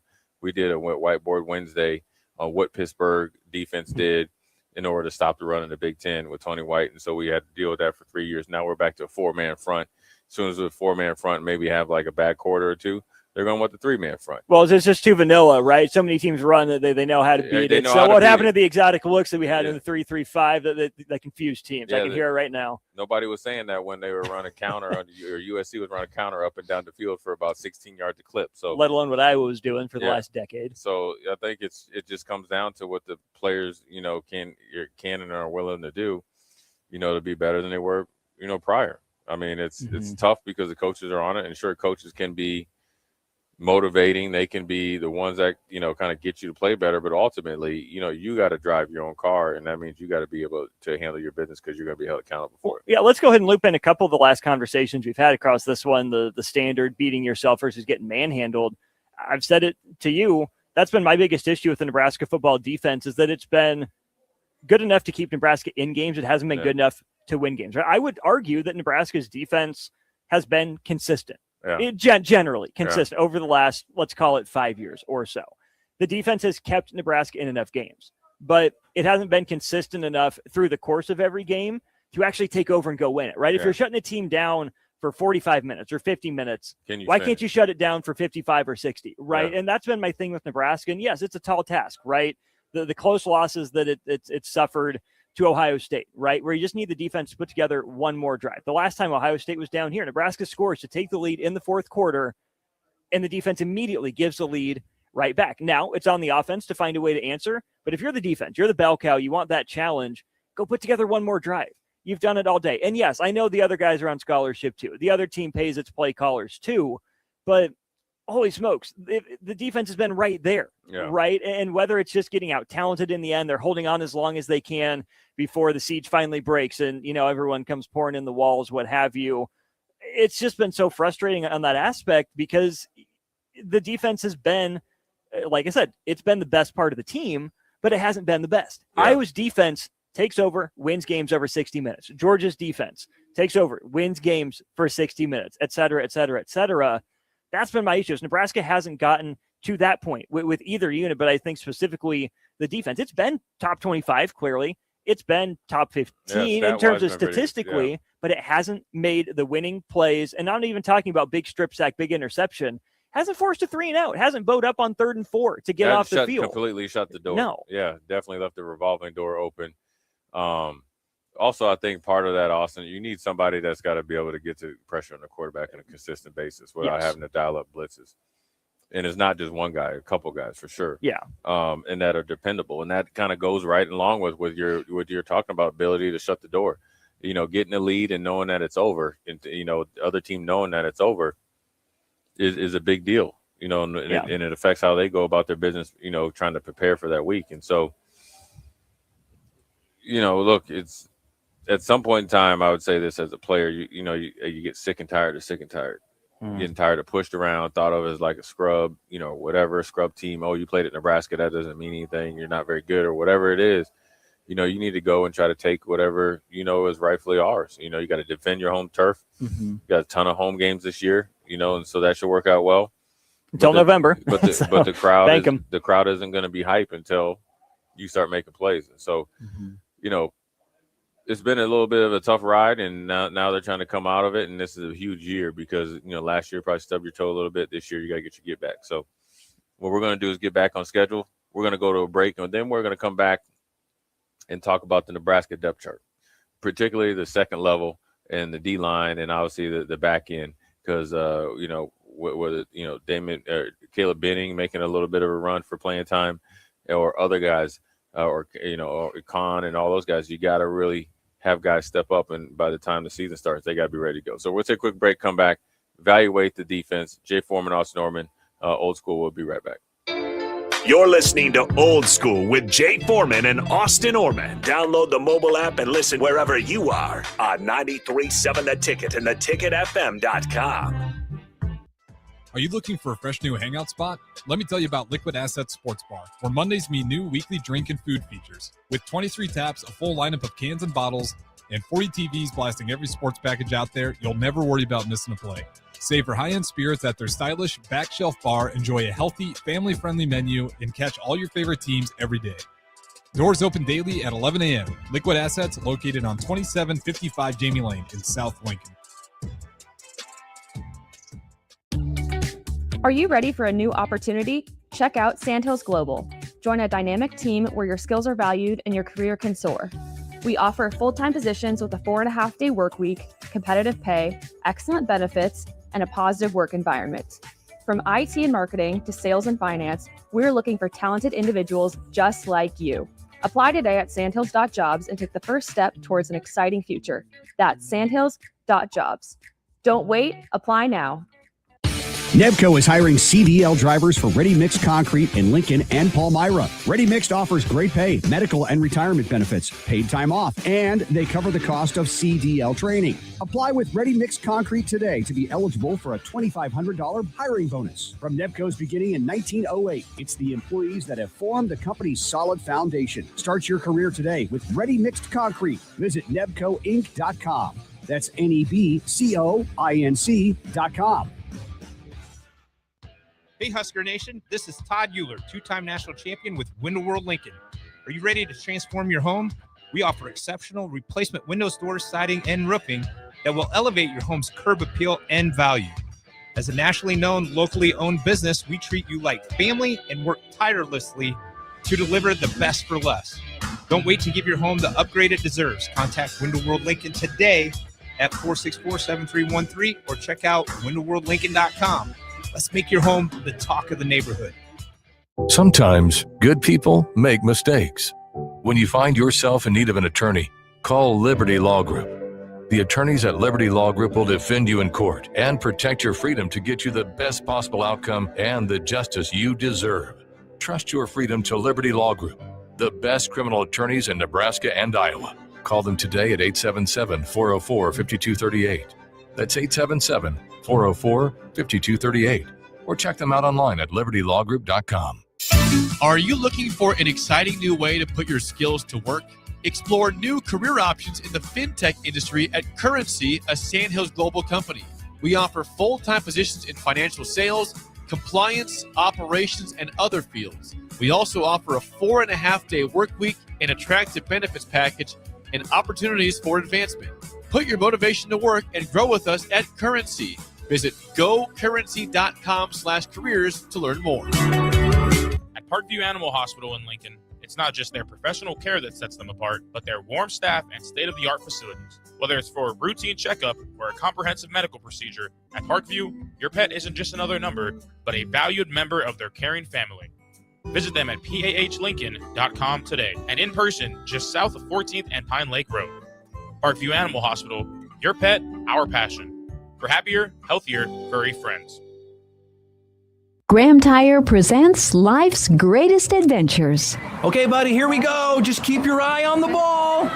All right, just swing right through it. Yeah, good job. Way to go. Hey, run it out. Okay. Great road trips start with great service. Graham Tire, your tire store next door, with 5 convenient Lincoln locations, getting you to the places that matter most.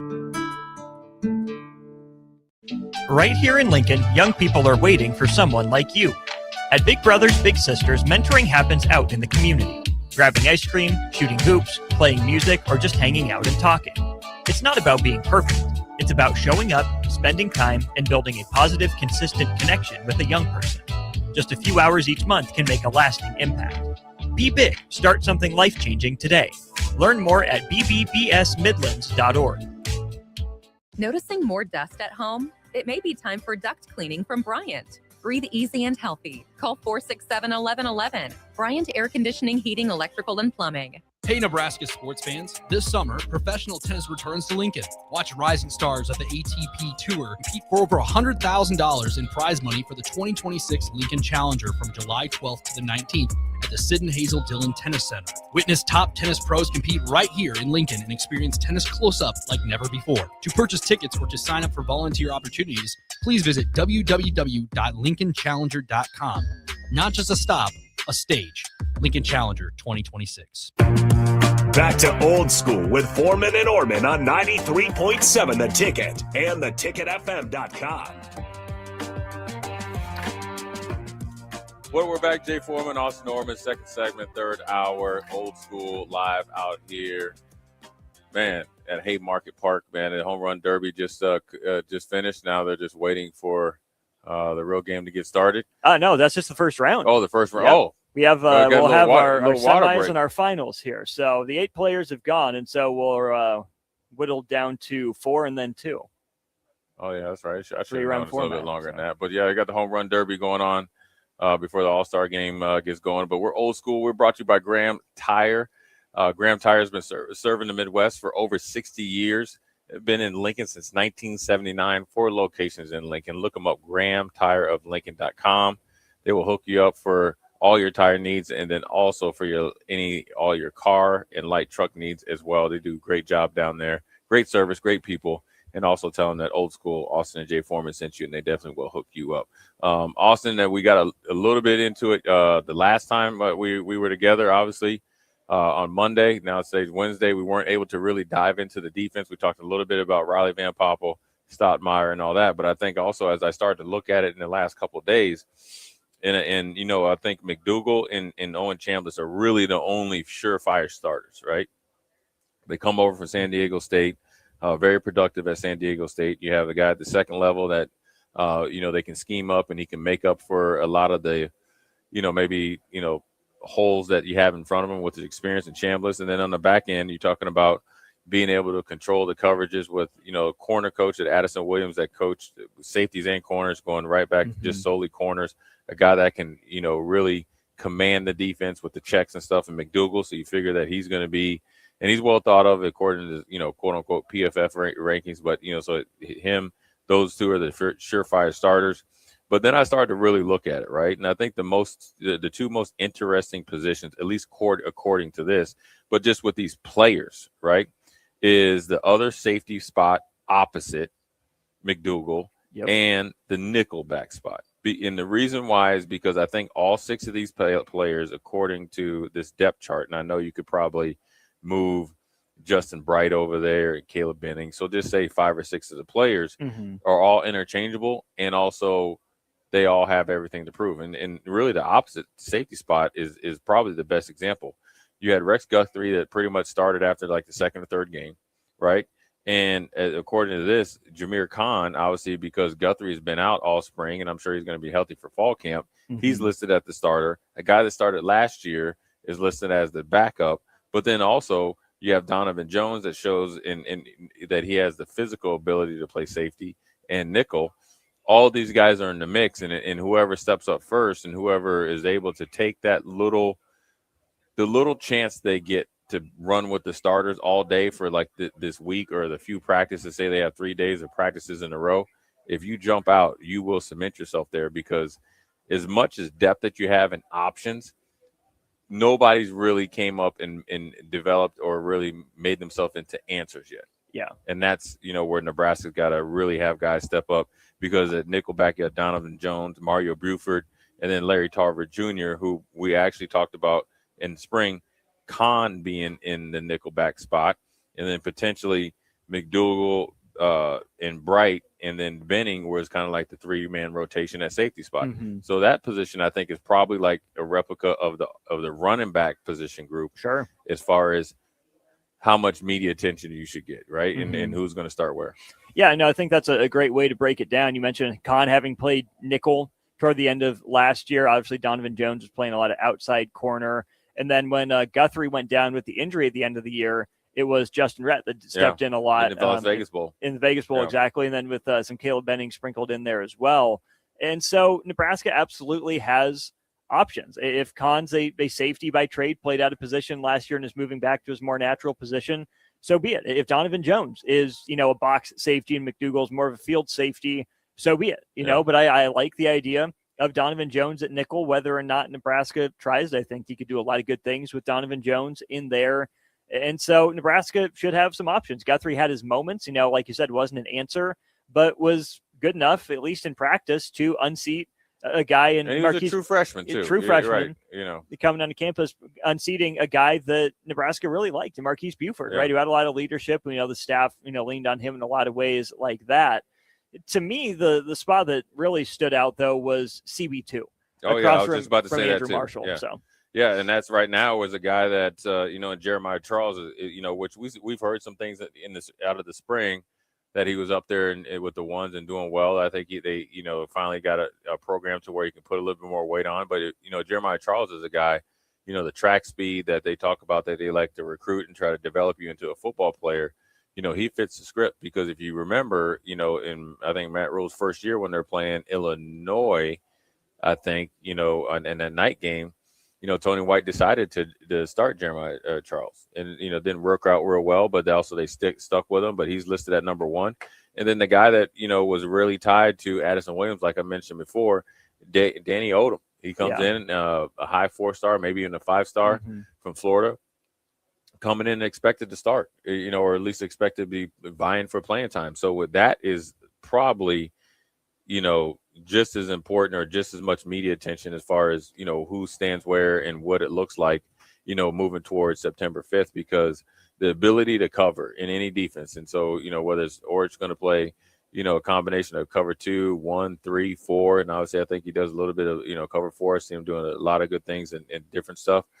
You got to have guys that can hold up in man or zone and then be able to be late fillers against the run. And so, with Jeremiah Charles and Danny Odom, who's never played in college, he's a freshman, like a true freshman. You're playing opposite of Andrew Marshall, and so then you have to expect you're going to get a lot of action.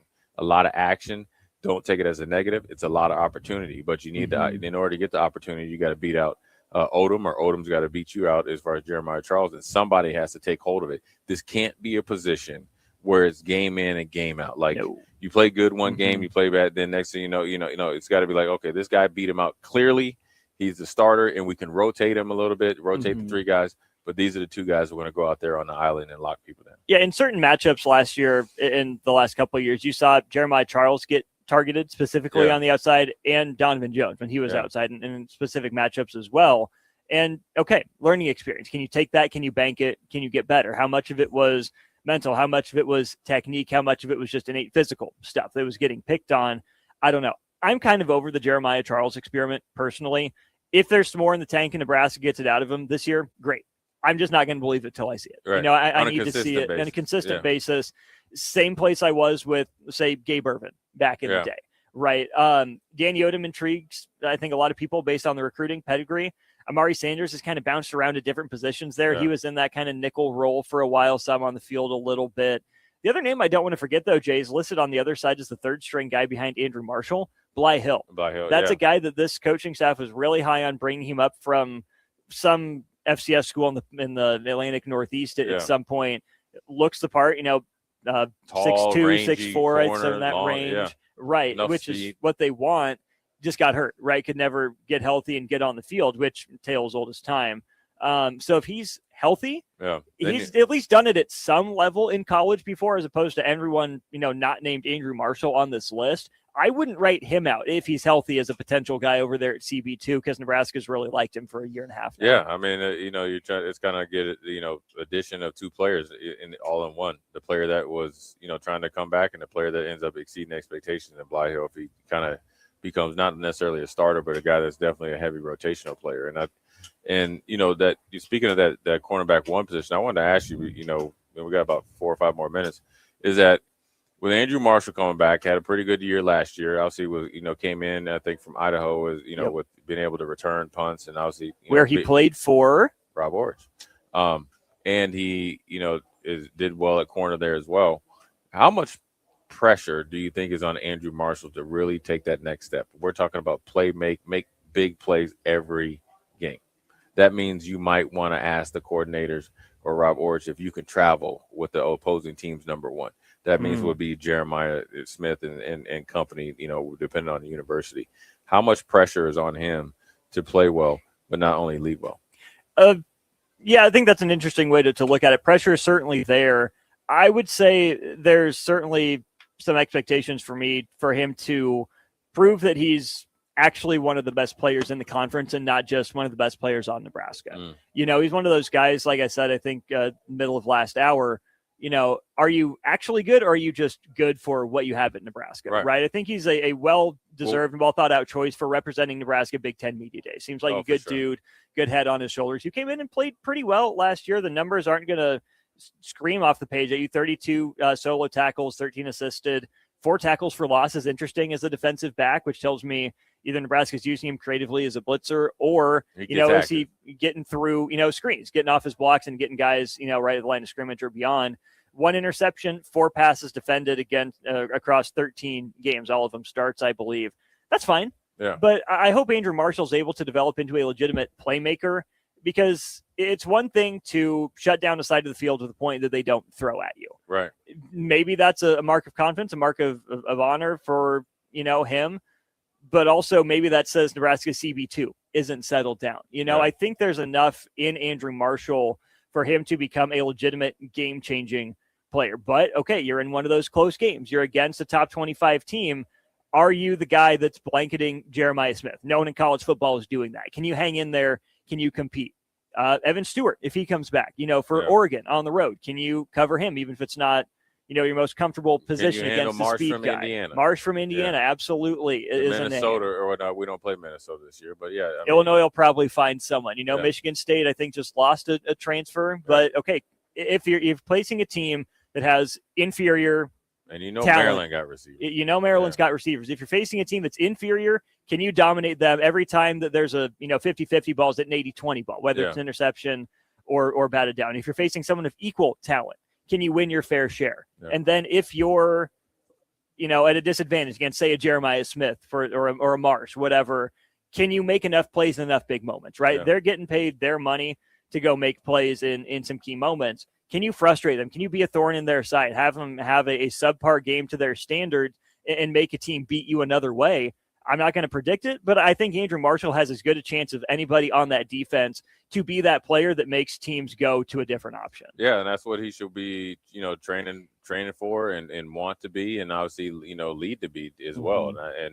And can that start on special teams? He's a guy that was a punt returner at Idaho. Can he take that on himself as added responsibility? Yeah, or give Ja'Cory Barney a little bit of a break, because I think they have Ja'Cory Barney listed as a returner for punts and kickoffs. And so there's plenty of options for guys like Marshall and the whole team. And the defense, I think, generally for this defense, I'm going to wonder. Okay, generally the D line, obviously, when we were playing, the D line obviously set the tone, right? And so, is the veteran presence of Shavers and Chambliss able to make up, for the little bit of lack of domination, hopefully until the defense line catches their, sea legs, good enough to get Nebraska to where they need to be record-wise, so when they need to make that run in that last quarter, like half of the season, they're ready to go, and the defensive line is starting to improve each week because, you have Vincent Shavers that started numerous amount of games, right? You got to think, not last year, but the spring before he possibly was going in the portal and obviously, showed flashes. So he has to mature. He has to probably try to embody more Chambliss and know how to practice and prepare. Then you got Chambliss that's coming from the Pac-12 or Mountain West, Mountain West Conference. That's not necessarily obviously as physical as the Big Ten. You got to learn how to play Big Ten football week in and week out. That is a lot different, and you're going to learn hopefully in training camp, but then obviously during the season.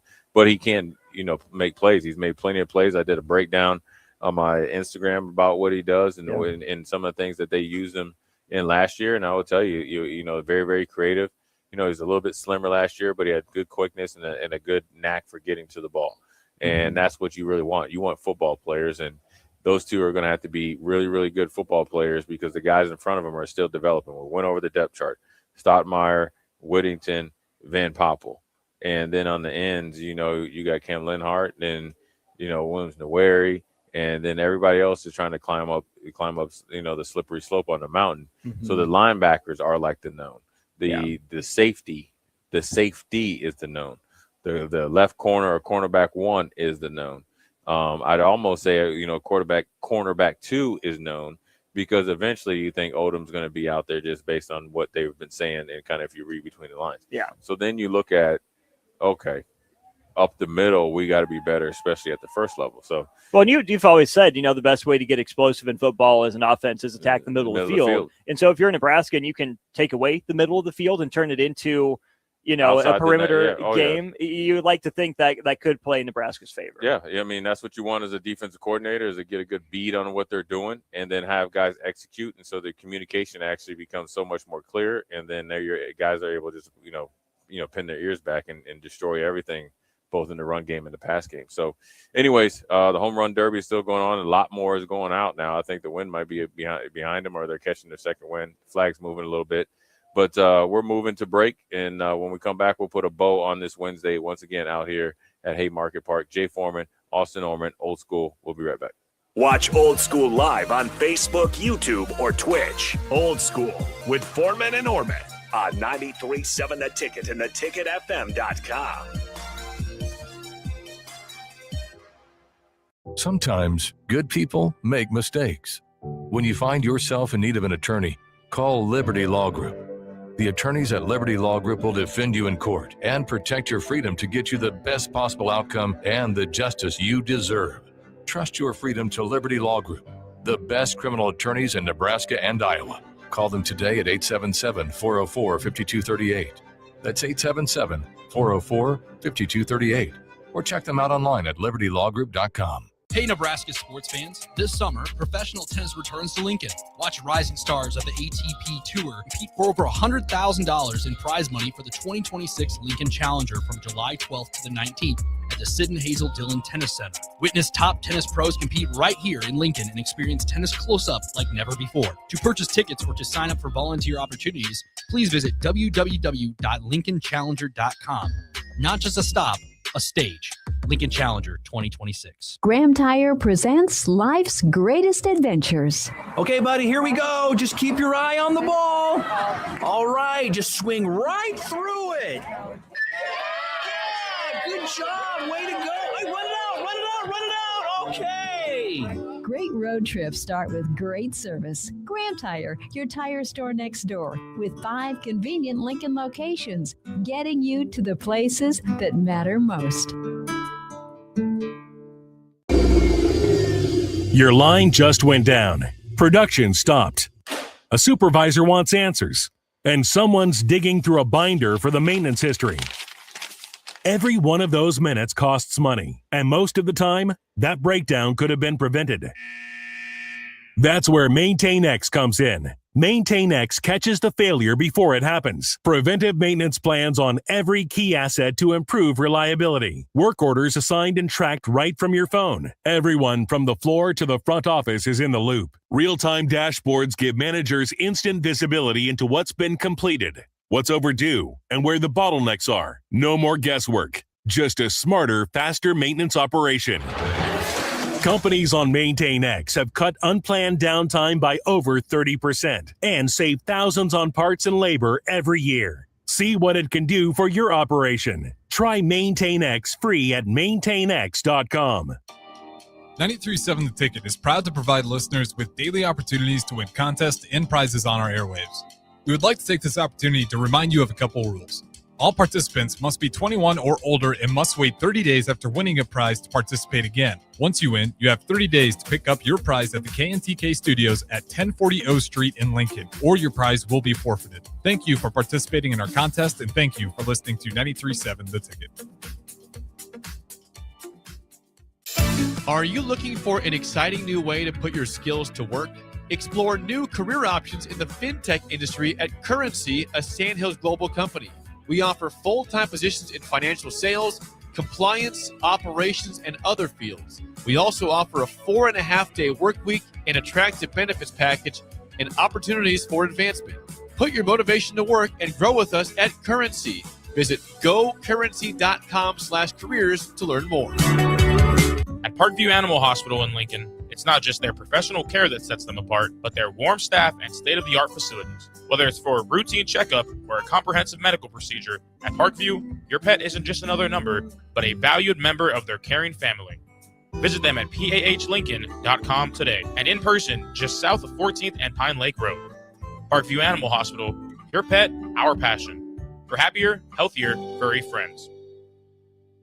Rosie's Sports Bar and Grill. Open for lunch and dinner at 1501 Center Park Road, just south of 14th and Highway 2. Building a new home can be a challenge, a lot of big choices. With our Remington homes, we have designed 15 different floor plans that appeal to a wide range of people. Bob Benish of Aspen Builders, talking about Remington Homes, which makes the home building process easier. People really enjoy being able to go to our website, which is remingtonlincoln.com, pick a plan, pick a price point, go through and build it yourself. You have a lot of options, whether you want granite, painted trim, wood floors, more stone, all options with our Remington homes. People do not want to be married to their house payment. You're able to get what you really want in a home for a great price with very limited stress. And that's what Remington homes are all about. Home building is easier with a Remington home from Aspen Builders at 423-6811. Online at remingtonlincoln.com. remingtonlincoln.com. Here's your updated 93.7 The Ticket forecast, sponsored by John Henry's Plumbing, Heating, AC, and Electrical. Slight chance of thunderstorms this afternoon, otherwise cloudy skies expected. High temperatures reach up to 86. Easterly winds 5 to 10 miles per hour. Mainly clear skies. Tonight, slight chance of thunderstorms, lows dip down to about 66. That's your updated forecast on Lincoln's home for the Kansas City Royals. 93.7 The Ticket. I'm meteorologist Kara Foster. Right now, it's 80 degrees. Right here in Lincoln, young people are waiting for someone like you. At Big Brothers Big Sisters, mentoring happens out in the community. Grabbing ice cream, shooting hoops, playing music, or just hanging out and talking. It's not about being perfect. It's about showing up, spending time, and building a positive, consistent connection with a young person. Just a few hours each month can make a lasting impact. Be big. Start something life-changing today. Learn more at bbbsmidlands.org. Back to Old School with Foreman and Orman on 93.7 The Ticket and theticketfm.com. Well, we're back. Jay Foreman, Austin Orman, Old School, once again live in effect out here at Haymarket Park. Getting to the finals, it looked like maybe, right? We got bleached blonde hair. Yeah. He looked like I don't know. Did you ever watch WCW? I did not. Wrestling? He looks like Scott Steiner with the bleached blonde hair. He got big old arms, a big Papa Pump out there that's look like he's leading off the finals. He's the American Association's answer to AJ Pierzynski. Yeah. Yeah, he's a big dude, and he was definitely holding court out there. He's got the There's Jordan one. cleats on. Hits it, not even looking. It's like the old Steph Curry, shoot the three, and just – it's another one. Is it going to stay in? Yeah. What do you think, Wow. Austin? Yeah, that was fair.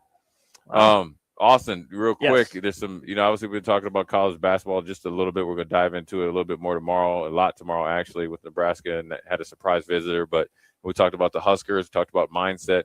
Obviously, just next week, and I mentioned I saw Barrett Ruud, NFL camp start here within, 7 or 8 days. But more importantly, the coaches get back there a little bit earlier, but players and the business get done. This is the last day. The time has passed, 4 p.m., I think, Eastern Standard Time, for a new deal to be worked out for franchise players. So some of the news coming out of the NFL real quick is George Pickens, who resurrected his career in Pittsburgh, or from Pittsburgh in Dallas. Obviously was on his P's and Q's and looked like a true 1B or a potentially 1A wide receiver when his mind's right. The potential that Pittsburgh was never able to see has decided to play for the 1-year franchise tag for him at $27.3 million. Interesting, I guess, fallout from that, because Jerry Jones has, for the last however many times you've had franchise players, Dak Prescott, CeeDee Lamb, Micah Parsons, is always waited till the market gets he's paying double time. And it's like, maybe that's just the way he does things.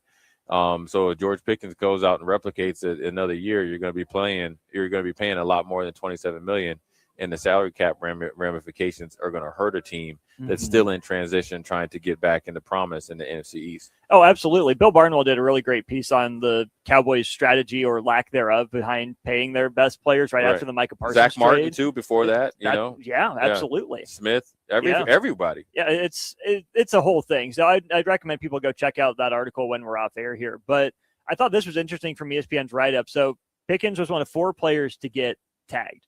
The other 3, Daniel Jones, Breece Hall, Kyle Pitts.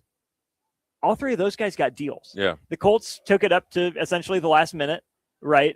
They extended Alec Pierce instead of Daniel Jones, took it up and ended up agreeing to the deal with Jones after that.